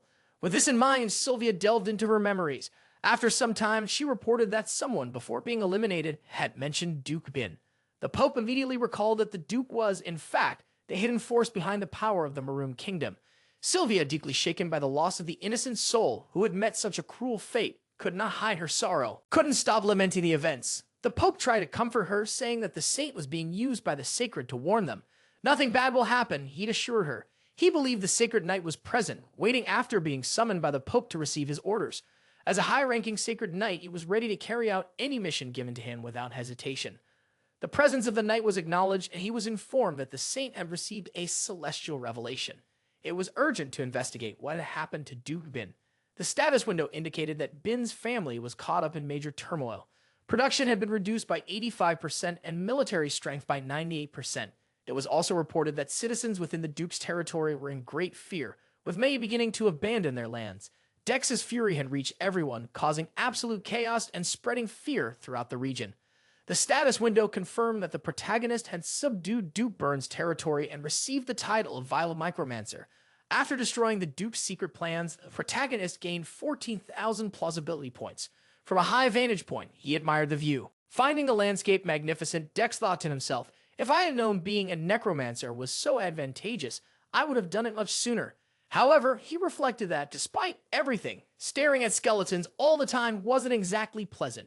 The undead army, led by Lich, our gamer, was undoubtedly an impressive and powerful force. Still, the protagonist knew it wouldn't be wise to remain in this situation for much longer. He was still using borrowed power. Power he could only manipulate thanks to the ability called Divine Descent. Every time he used this power, it consumed a significant amount of plausibility. Often he spent more than he gained, making it a great risk. Thinking about this, he asked his little black-winged angel how much plausibility he had consumed so far. Without delay, the little angel calculated the total plausibility consumed and quickly presented the numbers to his master. He reported that the total plausibility consumed so far was 42,284, and in a bold tone, he called his master knave. Dex realized what the little angel had just said and didn't like it at all. He knew the angel had called him knave, and it annoyed him. The protagonist argued with the angel, stating that things were expensive and that he hadn't asked for any discounts. This caught the little angel Satan completely off guard. Never before had anyone talked about discounts with a malicious being like him. However, visibly upset, the little angel explained that the resources had been used when truly needed, so it was only fair to pay for what was consumed. Dex, ever shrewd, countered by saying that as such a wise being, he deserved a discount or even a coupon, given the unique circumstances. The Demon King, with an imposing voice, warned that this wasn't a deal with an ordinary shopkeeper and that the situation was not as simple as it seemed. But the master, even wiser, told the little malicious angel that if he couldn't offer a good discount, he would no longer do business with him. From that moment on, he declared, I will negotiate only with the white-winged, golden-haired angel, Archangel Michael. Thus began the bargaining. The little angel, somewhat reluctantly, offered to reduce the cost to 40,000 plausibility points. Dex, with his sharp negotiating skills, countered with 35,000. The little angel lowered the price to 39,990, and Dex, unfazed, said he would pay 36,000. Feeling the pressure, the angel went further and lowered the cost to 36,500, surprising even the white-winged angel. Finally, the little malicious being admitted to his master that he could no longer reduce the price. Dex was satisfied. He had achieved the extreme discount he wanted and felt that his negotiation skills had been tested and proven victorious. The status window revealed that the negotiation time and actions taken were being recorded. The system also reported that he consumed 36,500 plausibility points and that the negotiation had been successfully completed. He was the first human to profit from negotiating with the Demon King, earning him a unique title. His proficiency in negotiation skills increased exponentially, meaning he would now be much more efficient in interactions with NPCs. Additionally, his negotiation skill rose to rank 7, a significant achievement considering he had started at rank F. He was quite pleased knowing this was an impressive accomplishment, especially since his target had been the little malicious angel. However, the little black-winged angel was deeply frustrated. He realized he had suffered a complete loss after that negotiation. Dex knew that with the current state of Duke Burn's territory, it would probably be regarded as a complete mess. Determined, he instructed his two angels to stay behind and await his return. He needed to leave for a while. The two angels, worried, wanted to know where their master was going and what they would do without him nearby. However, the master responded that he needed to finish a few things. Once he was ready, he would share all the details. With that, he logged out of Arcadia and quickly returned to his real life.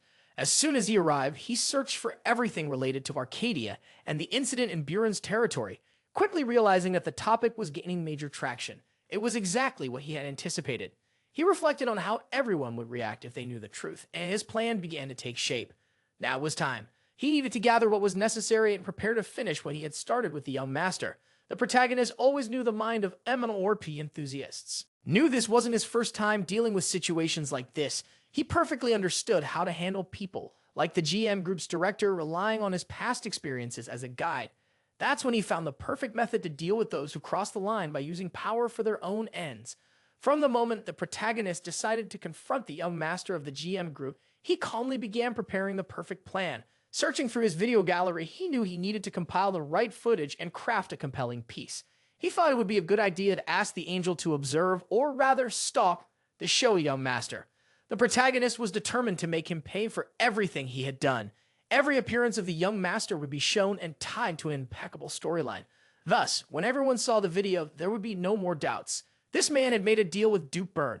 Additionally, the video would show that he used around 80 million gold to acquire all the supplies and monopolize the profits generated by controlling the grain supply. That would only be the tip of the iceberg. What the young master of the GM Group discussed with his trusted man in a private conversation was something the protagonist wanted everyone to know. He wanted to expose everything. The video would also make it clear that all of this happened thanks to the players who were only dedicated to the game to have fun, unaware of the manipulation behind the scenes. Finally, the protagonist made sure to emphasize at the end of the video that he hoped a major war would break out after revealing the truth. He had gathered enough to create the perfect video without hesitation.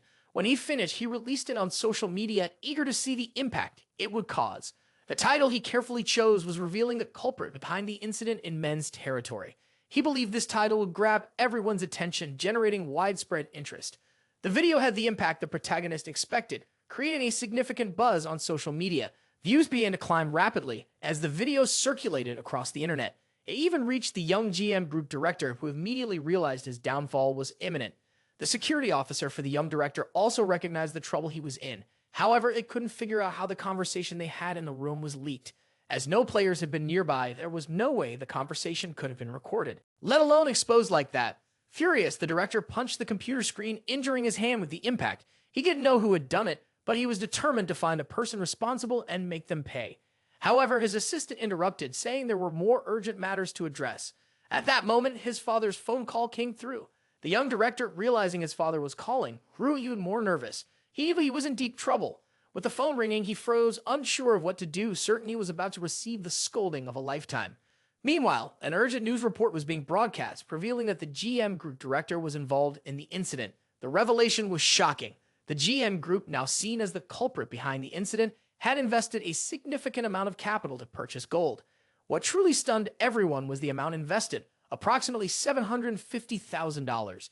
The CEO of Arcadia, watching the news attentively, smiled as she saw her competitors in trouble. She realized the uproar would be immense, and this would be the first time virtual reality had a major impact on real life. The director concerned asked the co if she thought the public should be allowed to know about the entire mess. Lai Mayan calmly replied that she saw no problem in exposing it. For her, it was an opportunity to use the GM Group as an example, she thought.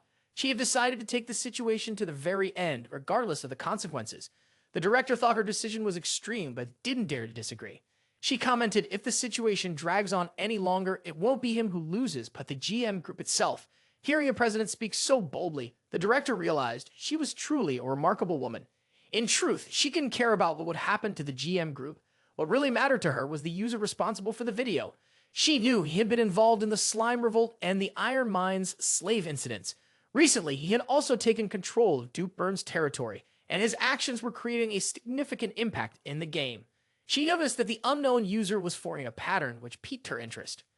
Meanwhile, the protagonist, who was extremely tired, slept slumped over his desk at the university. His classmate quickly approached, shouting and asking if he already knew what was happening. The protagonist, uninterested, simply wanted to continue studying and asked, "What's going on?"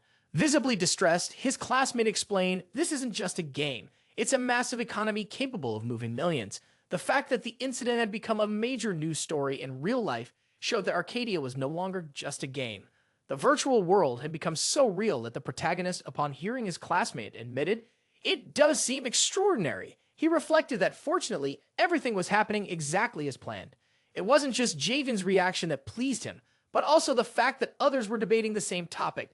This was good for his plans. The day came when the news spread so widely that the young hare had to face reporters. The protagonist was satisfied. He had managed to teach an important lesson. Now the GM director had learned it as well. Meanwhile, someone arrived at the location greeting everyone. The protagonist, not recognizing the voice, thought he had never heard anyone speak in such a way. The The person introduced himself as a researcher from Arcadia's research. After introducing himself, he said everyone should listen carefully to what Professor Kim had to say. The protagonist, upon hearing this, assumed the man was an Arcadia employee. Meanwhile, inside Arcadia, the little black-winged angel Bored was dozing off. That's when he sensed an incredibly flashy power appearing out of nowhere nearby. He found the power repulsive, not knowing whose it was, but was certain it didn't belong to an ordinary person. The magnitude of the power was immense. Moreover, an entire team of soldiers accompanied it. Realizing he should get away, the little angel wondered what the pigeon might be doing at that moment. He was annoyed that everyone had shown up just when his master wasn't around. The knight sent to resolve everything used a power called Holy Light, which seemed to destroy the undead effortlessly. Many of the undead were taken down at once, and the light appeared to erase any trace of the power decks and transferred to the skeletons. The knight, observing the fallen former companions, noticed that only their armor remained. Among the tattered fabrics, he murmured for them all to rest in peace in the defense. To the knight, it was a dreadful sight. He felt saddened, thinking that had he known what was happening, he could have acted sooner. However, by the time he learned, it was too late. The investigation revealed that the purified undead were above the average ranking level. Those undead already stationed at the entrance had such levels, and there was a risk of significant losses if everyone entered at once. The knight then instructed the weaker soldiers to report everything to the Pope as quickly as possible. The light, which seemed powerful enough to leave a mark in history, had emerged back in the school environment. The special lecture was about to begin in Lecture Hall 2. The researcher from Arcadia's research and development team was responsible for the presentation. He explained that direct communication between the brain and machine was the core of virtual reality technology. He also mentioned that talent in virtual reality mattered to such a degree that it could be measured. This information caught the protagonist's attention as he studied everything with focus and curiosity. The speaker continued, stating that the speed at which the brain and machine received and sensed signals would be measured. He added that the experience would be accelerated to observe if synchronization was optimal. That's when someone raised their hand, volunteering to be the first to try. That person was Hang Taezu. The students began whispering among themselves, intrigued by the proposal. Some were curious to see how the experience would unfold. The protagonist noticed that the classmate beside him seemed different and wondered what had happened. He soon discovered that the boy who had raised his hand and been in the same high school class as Jaeyeong, though he couldn't remember his name. Little did the protagonist know, this boy was the leader of Rupa, and the girl with him was his classmate's crush. However, they preferred to stay in their corner, thinking the situation was neither good nor bad for them. As the boy passed by, he introduced himself as Kong Taezu. He looked at the protagonist and said, "I'm looking forward to attending class with you." Then he called to his classmate, Squirrel, and went straight to join the lecturer. The protagonist watched thoughtfully, trying to figure out who that boy was. The lecturer explained that the capsule measured the rhythm and synchronization between the brain and a machine. He assured everyone that the capsule was extremely safe. The boy inside the capsule thought to himself that he should have been informed about this earlier. With everything ready, the lecturer announced that the demonstration would begin with the young man. Meanwhile, the student inside the capsule thought his results would be outstanding because he considered himself exceptional. He wanted to use this excellent performance to show his rival, the hooded guy with him, that he was better. He didn't like the protagonist's size, which seemed uninterested in anything but himself. He thought he could use this opportunity to completely crush him. His results finally came in 21.35%. The lecturer was surprised and found the numbers quite high, especially when compared to the record of 26%. This left the boy very pleased, as he believed he had achieved his goal. The researcher said it was the perfect moment and asked if anyone else would like to try. The boy, who had just left the capsule, pointed to the protagonist, saying he should go next. The protagonist thought it might be interesting, as it would allow him to show who was truly the best. His friend beside him apologized, saying it was all of his fault because of a rivalry with that boy. The protagonist stood up, looked the boy in the eyes, and simply walked past him, heading straight to the capsule, saying they could start the measurement. He laid down in the capsule calmly, not thinking much about the results because he knew he was truly exceptional. When the rhythm reached 55%, everyone was astonished as the result was remarkable. But the numbers didn't stop there. The synchronization kept increasing, leaving the lecturers completely stunned. The lead lecturer couldn't believe the numbers and thought there might be an error with the capsule. The protagonist reached an astonishing 92.89%. The evaluation was completed, and no one could believe it.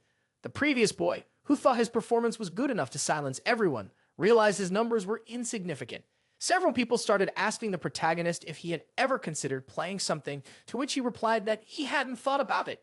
A barrage of questions followed, the people suggesting it would be great if he played some type of game. After leaving, it was meal time, and he was eating something that made him feel satisfied. His satisfaction grew as he saw the young GM group director once again apologizing to several people that day. Because of this, the protagonist was very happy. The day seemed perfect, especially after the video about the incident spread widely. The video's views increased significantly, not only in Korea, but also in other countries. Players of Arcadia were already discussing what happened in the Duchy of Bin. The protagonist's videos circulated widely, bringing him good monetization. Now he was even more satisfied. The profits were lower than he had expected, but he thought internet staff were probably paid with candy. Even so, he wouldn't have to worry so much about rent or the capsule debt.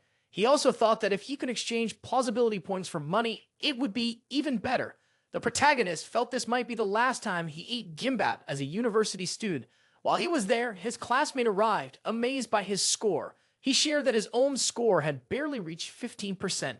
Everyone was talking about the protagonist, even the professors. All Dex did was offer some of his food to his classmate, who said he was already satisfied. The classmate continued, saying that everyone had a good impression of him, and thought the protagonist was incredible in many ways. He was very curious to see what would happen if someone like him played games like Arcadia. The protagonist revealed that he already played Arcadia, catching his classmate completely off guard. He thought that maybe it was because everything was going according to plan that day. The people who tried to humiliate him ended up getting what they deserved. Besides that, the food was delicious, or perhaps it was just because the weather was nice and the sky was beautiful. Whatever the reason, known or unknown, that was the first time he told anyone that he had been playing Arcadia since the beta version. He also revealed that his username was Dex and felt good to share who he really was. Whatever the unknown reason, it was the first time the protagonist had shared details about the game with someone. He revealed his username and identity, which shocked his classmate deeply. Jaeyeong could hardly believe it, especially considering the name the protagonist had chosen, Dex. That name was incredibly famous. Jaeyeong thought it couldn't possibly be the same Dex everyone was talking about. He assumed the protagonist had chosen the name because he was a fan of the famous player. After all, if it were the case, Dex was ranked first in several games across all genres. Even though it seemed impossible, Jaeyeong decided to ask, "Are you a fan of that Dex?" The protagonist revealed that he was, in fact, the real Dex, but he couldn't prove it because he had deleted his accounts. When Jaeyeong recalled Dex's synchronization percentage, he realized it truly was him. Jun fell to his knees, hitting the ground repeatedly, begging for an autograph as he was a huge fan of Dex. This made the protagonist quite uneasy with his friend's behavior. He spent a good amount of time trying to calm him down. Meanwhile, in Arcadia, specifically in the cold, hard valley where the recommended level was 85 or higher, a team of combatants was facing giant monsters, attempting to group them for better results. They began to worry because the commander who had requested they pull the monsters hadn't arrived yet. After some time, she finally arrived, using the power Shadowbind, which was enough to deal with all the monsters quickly. The combatants were thrilled, thinking the mage class was truly incredible. That Doc Mage was. In fact, the #1 player of the game at level 96, her in-game name was Shadow Dragon of Black Flames. After eliminating all the monsters, she thanked the combatants for gathering them for her. For the combatants, it was an honor to fight alongside someone with such a high ranking. She was pleased with their help and asked, "Could you gather more monsters for me?" One of the knights, curious, asked, "Can you use that ability again? You just used it a moment ago." She explained, "The ability has a cooldown, but once it's ready again, I can use it." The knight realized that the ability had great range, caused high damage, and had a relatively short cooldown. It was truly impressive. Now he understood why they said having a dark mage on the team could significantly increase their power level. They began gathering more monsters, and she, in turn, defeated them all with great skill. After everything, the knights thanked her for the opportunity to fight alongside her. They said their goodbyes, expressing satisfaction and a willingness to help her again in the future. She also said her goodbyes, satisfied with the outcome, but feeling tired and a bit bored. She then decided to check the status window to see if there was anything interesting happening. The window showed the sinister rumor was spreading through the Maroon Kingdom, mentioning an imposing figure. It said this figure had been defeated by the hands of a lean, evil, dark mage. Her mission was to confirm the rumor. The identity of the mage was a mystery, and the reward for uncovering the truth was unknown. She thought Duke Bin was a messy individual. Although he was intriguing, the identity of the person behind everything was something even the Arcadia community didn't know. She thought it would be difficult to uncover this alone, but found it interesting to think about who could be behind all the chaos. She also believed it wasn't the work of just one user and thought it unlikely something like this could happen single-handedly. Then another window appeared for her. Act 1 of the Forgotten Darkness had been triggered. The requirements for a related mission had been met, and she now had a witch hunt mission to complete. She had been summoned to fulfill this mission, which left her astonished. In Ben's duchy, the black-winged angel was pleased because his master had returned. The white-winged angel was also happy. As he had waited a long time for his return, the angel Satan told his master that he had indeed been wrong to use Lich, Archgamer's power. With that, the other angel thought the bat was right, but also believed that Dex was now on Heaven's blacklist. The small black-winged angel never missed the opportunity to call the other angel names like chicken, pigeon, or something similar. However, the white-winged angel didn't back down and challenged the black-winged angel to a new fight. But it was quickly pointed out that the score was 1-0, and the one losing was Satan. All Dex could do was watch the two engaging in what seemed like a childish battle. Yet he thought that, based on how they behaved, everything appeared to be going as expected. Using his powers again, Dex wanted the story to have a great villain and chose Lich, Archgamer, as that figure. He was eager to see the strong reactions from the noble heroes when they realized that chaos was still unfolding. The soldier who had been sent to organize the situation reported everything to his superiors. He explained that after a detailed investigation in the Duchy of Bin, it was clear that Lich, Archgamer, was responsible. This left Street Sylvia horrified, so much so that she covered her mouth with her hand to hide her emotion and shock. The authorities listened attentively to the reports because the saint was right. The being of darkness was loose. The Pope was furious, realizing they had been kept out of the continent's political matters. But in the end, malevolent forces had once again brought chaos to the world. The celestial sword, Udiel, was appointed as Heaven's spokesperson and accepted this role with great responsibility. With the authority he held as the Pope of the Holy Empire, he commanded the celestial sword to judge and eliminate all evil from the earth. Furthermore, he instructed that this truth be conveyed to the entire empire. The celestial sword reflected that everything was beginning anew, the war between good and evil. The status window opened and a new related mission appeared. She had to choose a side, either the holy side or the dark side. Both sides offered rewards, but if she chose the holy side, the rewards were visible. The dark side, on the other hand, promised surprises. She stood still for a long time in front of the status window, pondering which choice to make.